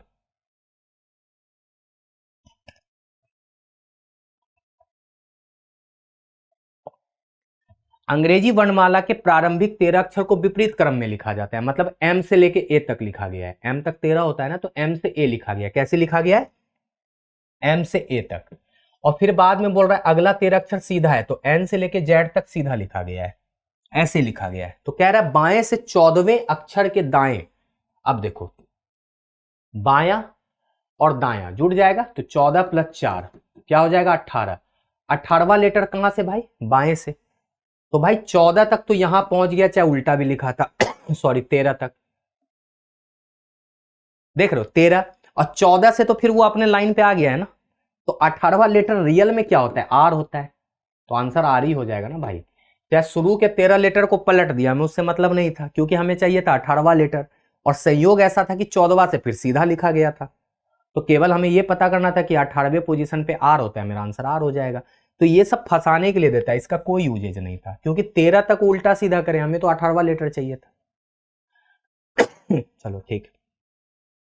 अंग्रेजी वर्णमाला में प्रारंभिक 13 अक्षर सीधा लिखा जाता है और अगला 13 अक्षर अब विपरीत लिखा जाता है। तो कह रहा है बाएं से 9वें अक्षर के दाएं छठा अक्षर क्या होगा? अब देखो, अंग्रेजी वर्णमाला के प्रारंभिक 13 अक्षर को सीधा लिखा जाता है, मतलब ए से एम तक सीधा, और फिर जेड से लेके एन तक लिखा गया, ऐसे लिखा गया है। ठीक है। अब देखो, कह रहा है कि बाएं से 9वां अक्षर, बायां प्लस दायां मतलब जुड़ेगा, 9 6 15। प्रिफरेंस किसको देना है? शुरू में जो रहता है बायां, मतलब बायां से 15वां पोजीशन क्या होगा मेरे भाई? देखो 13 तक तो यहां है, एम तक।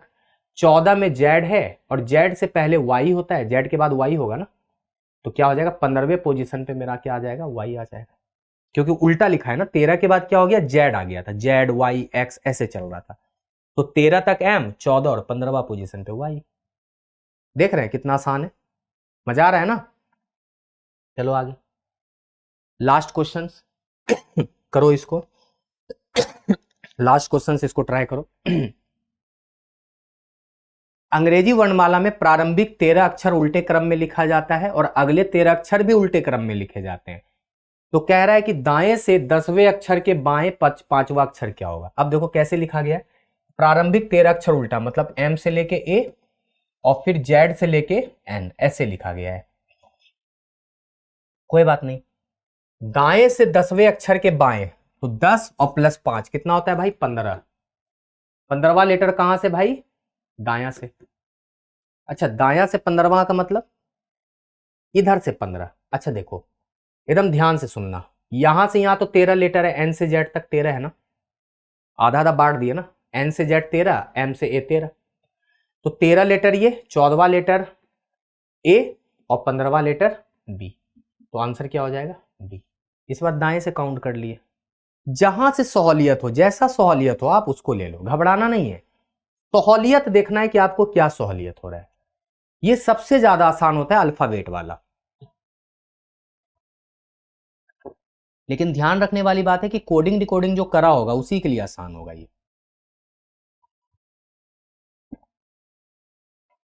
और इस ट्रिक को याद रख लेना। कहां गया ये बहुत काम का ट्रिक है। इससे आधा से ज्यादा आपका प्रॉब्लम सॉल्व हो जाएगा।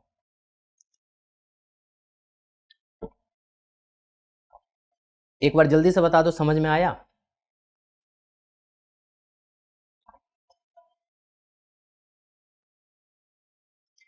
मुझे पूरा यकीन है कि आपको मैथ्स से ज्यादा रीजनिंग में इंटरेस्ट आ रहा होगा और बहुत एंजॉय भी कर रहे होंगे आप। रैंकिंग बहुत आसान टॉपिक है, विश्वास करें। बहुत हाई लेवल मैंने आपको सिखाया है। और कहीं ना कहीं इससे आसानी क्वेश्चन पूछेगा। फिर भी आपको मैंने इसलिए सिखाया है कि आपकी शिकायतें ना रहे। अगर गलती से क्वेश्चन पूछ ले थोड़ा सा हाई लेवल, तो आपको ये शिकायत ना रहे कि सर मैंने तो सीखा ही नहीं। तो आपको कुल मिला के सब कुछ अच्छे से आना चाहिए एग्जाम में, और आप मजे मजे में चीजों को सीख सके, कर सके। तो मेरा उम्मीद है कि जब हम रीजनिंग जब आपको कंप्लीट पढ़ा देंगे, मैथ्स और रीजनिंग जब आप पूरे वीडियो आपके पास आ जाएंगे ना, जब आप पूरा दोबारा वीडियो को देखोगे तो आपको ऐसा फील होगा कि 40 में 40 क्वेश्चन अब कहीं भी जाने वाला नहीं है, वो मेरा है और मैं करूंगा या कर लूंगी। तो मुझे पूरा यकीन है कि आप लोग क्लास को पहले अच्छे से देखिए, आप लोग हड़बड़ाइएगा नहीं, घबराइएगा नहीं। थोड़ा नया टॉपिक भी होगा, कुछ नया कॉन्सेप्ट होगा, कुछ नया ट्रिक होगा, तो उसको सीखने की बस कोशिश करिएगा, थोड़ा सा उसको ग्रैब करने की कोशिश कीजिएगा। अगर आप थोड़ा सा सीखने की कोशिश करेंगे ना, तो बहुत आसानी से आप कर लेंगे। और कोई भी चीज बहुत टफ नहीं होता। टफ कब हो जाता है? जब हम उसको सीखने की कोशिश नहीं करते हैं। अगर हम किसी भी चीज को सीखने का प्रयास करें ना, तो उससे आसान कुछ नहीं है। तो हमें सीखने का प्रयास करना है, हमें चीजों को समझना है, उस पर नजर बनाए रखना है, और अगर समझ में आ गया तो उससे आसान कुछ नहीं है। तो ध्यान रखना है कि हमें अच्छे से सीखना है, और कोई भी डाउट हो तो हमसे पूछना है। ठीक है, हमसे क्या करना है? पूछना है। चाहे डाउट सेशन में पूछिए, या क्लास के अंदर पूछिए, या कहीं भी पूछिए, लेकिन पूछिए जरूर। और जल्दी से बताइए कि आज का टॉपिक इंटरेस्टिंग लगा या नहीं। तो बताइए मासूम, आपको कैसा लगा? आपका थोड़ा सा मैथ्स रीजनिंग वीक है, आपने पहले ही बताया, तो आज आपको कैसा लगा पढ़ के? जल्दी से बताइए। मजा आया रैंकिंग पढ़ के? ज्योति आप बताइए, संध्या आप बताइए, प्रकाश आप बताइए। जो भी बच्चे हमारे साथ जुड़े हैं एक बार जरूर बता दीजिए, जिससे कि हमें पता लगे कि चलो आपको जो मैंने सिखाया है आपने उसको अच्छे से सीखा है। अब कहीं भी आपको दिक्कतें नहीं होगी, इस बात से मुझे एश्योर करा दीजिए, जिससे कि मुझे बहुत खुशी हो कि चलो मैंने जो सिखाया आपको समझ में आ गया। तो हम लोग कल फिर एक नए चैप्टर के साथ मिलेंगे, वो भी बहुत इंटरेस्टिंग चैप्टर होगा, और हम आपको कोशिश करेंगे कि और आसान तरीके से आपको चीज़ों को समझा दें, और रीजनिंग आपके लिए इतना आसान बना दें कि आप उसको हंसते खेलते सीख जाओ। क्योंकि रीजनिंग जो है वो सभी के लिए नया है, क्योंकि हम लोग इससे पहले कभी रीजनिंग पढ़े नहीं होते हैं। तो फिर भी मैं वादा करता हूँ कि मैथ्स से ज़्यादा आपको आसान रीजनिंग लगेगा, क्योंकि रीजनिंग थोड़ा सा आपके पजल टाइप का क्वेश्चन होता है, और कहीं ना कहीं इसमें लोग एंजॉय करते हैं। तो आप भी कीजिएगा, हम आपको पूरा एंजॉय कराएंगे। तो चलिए हम लोग कल मिलते हैं, और आपको ज़्यादा से ज़्यादा और अच्छे तरीके से समझाने की कोशिश करेंगे, और कहीं ना कहीं आप भी सीखने की कोशिश करना। तो चलिए मिलते हैं अगली क्लास में। आज के लिए शुक्रिया, अपना ध्यान रखिए और अच्छे से पढ़ाई करते रहिए।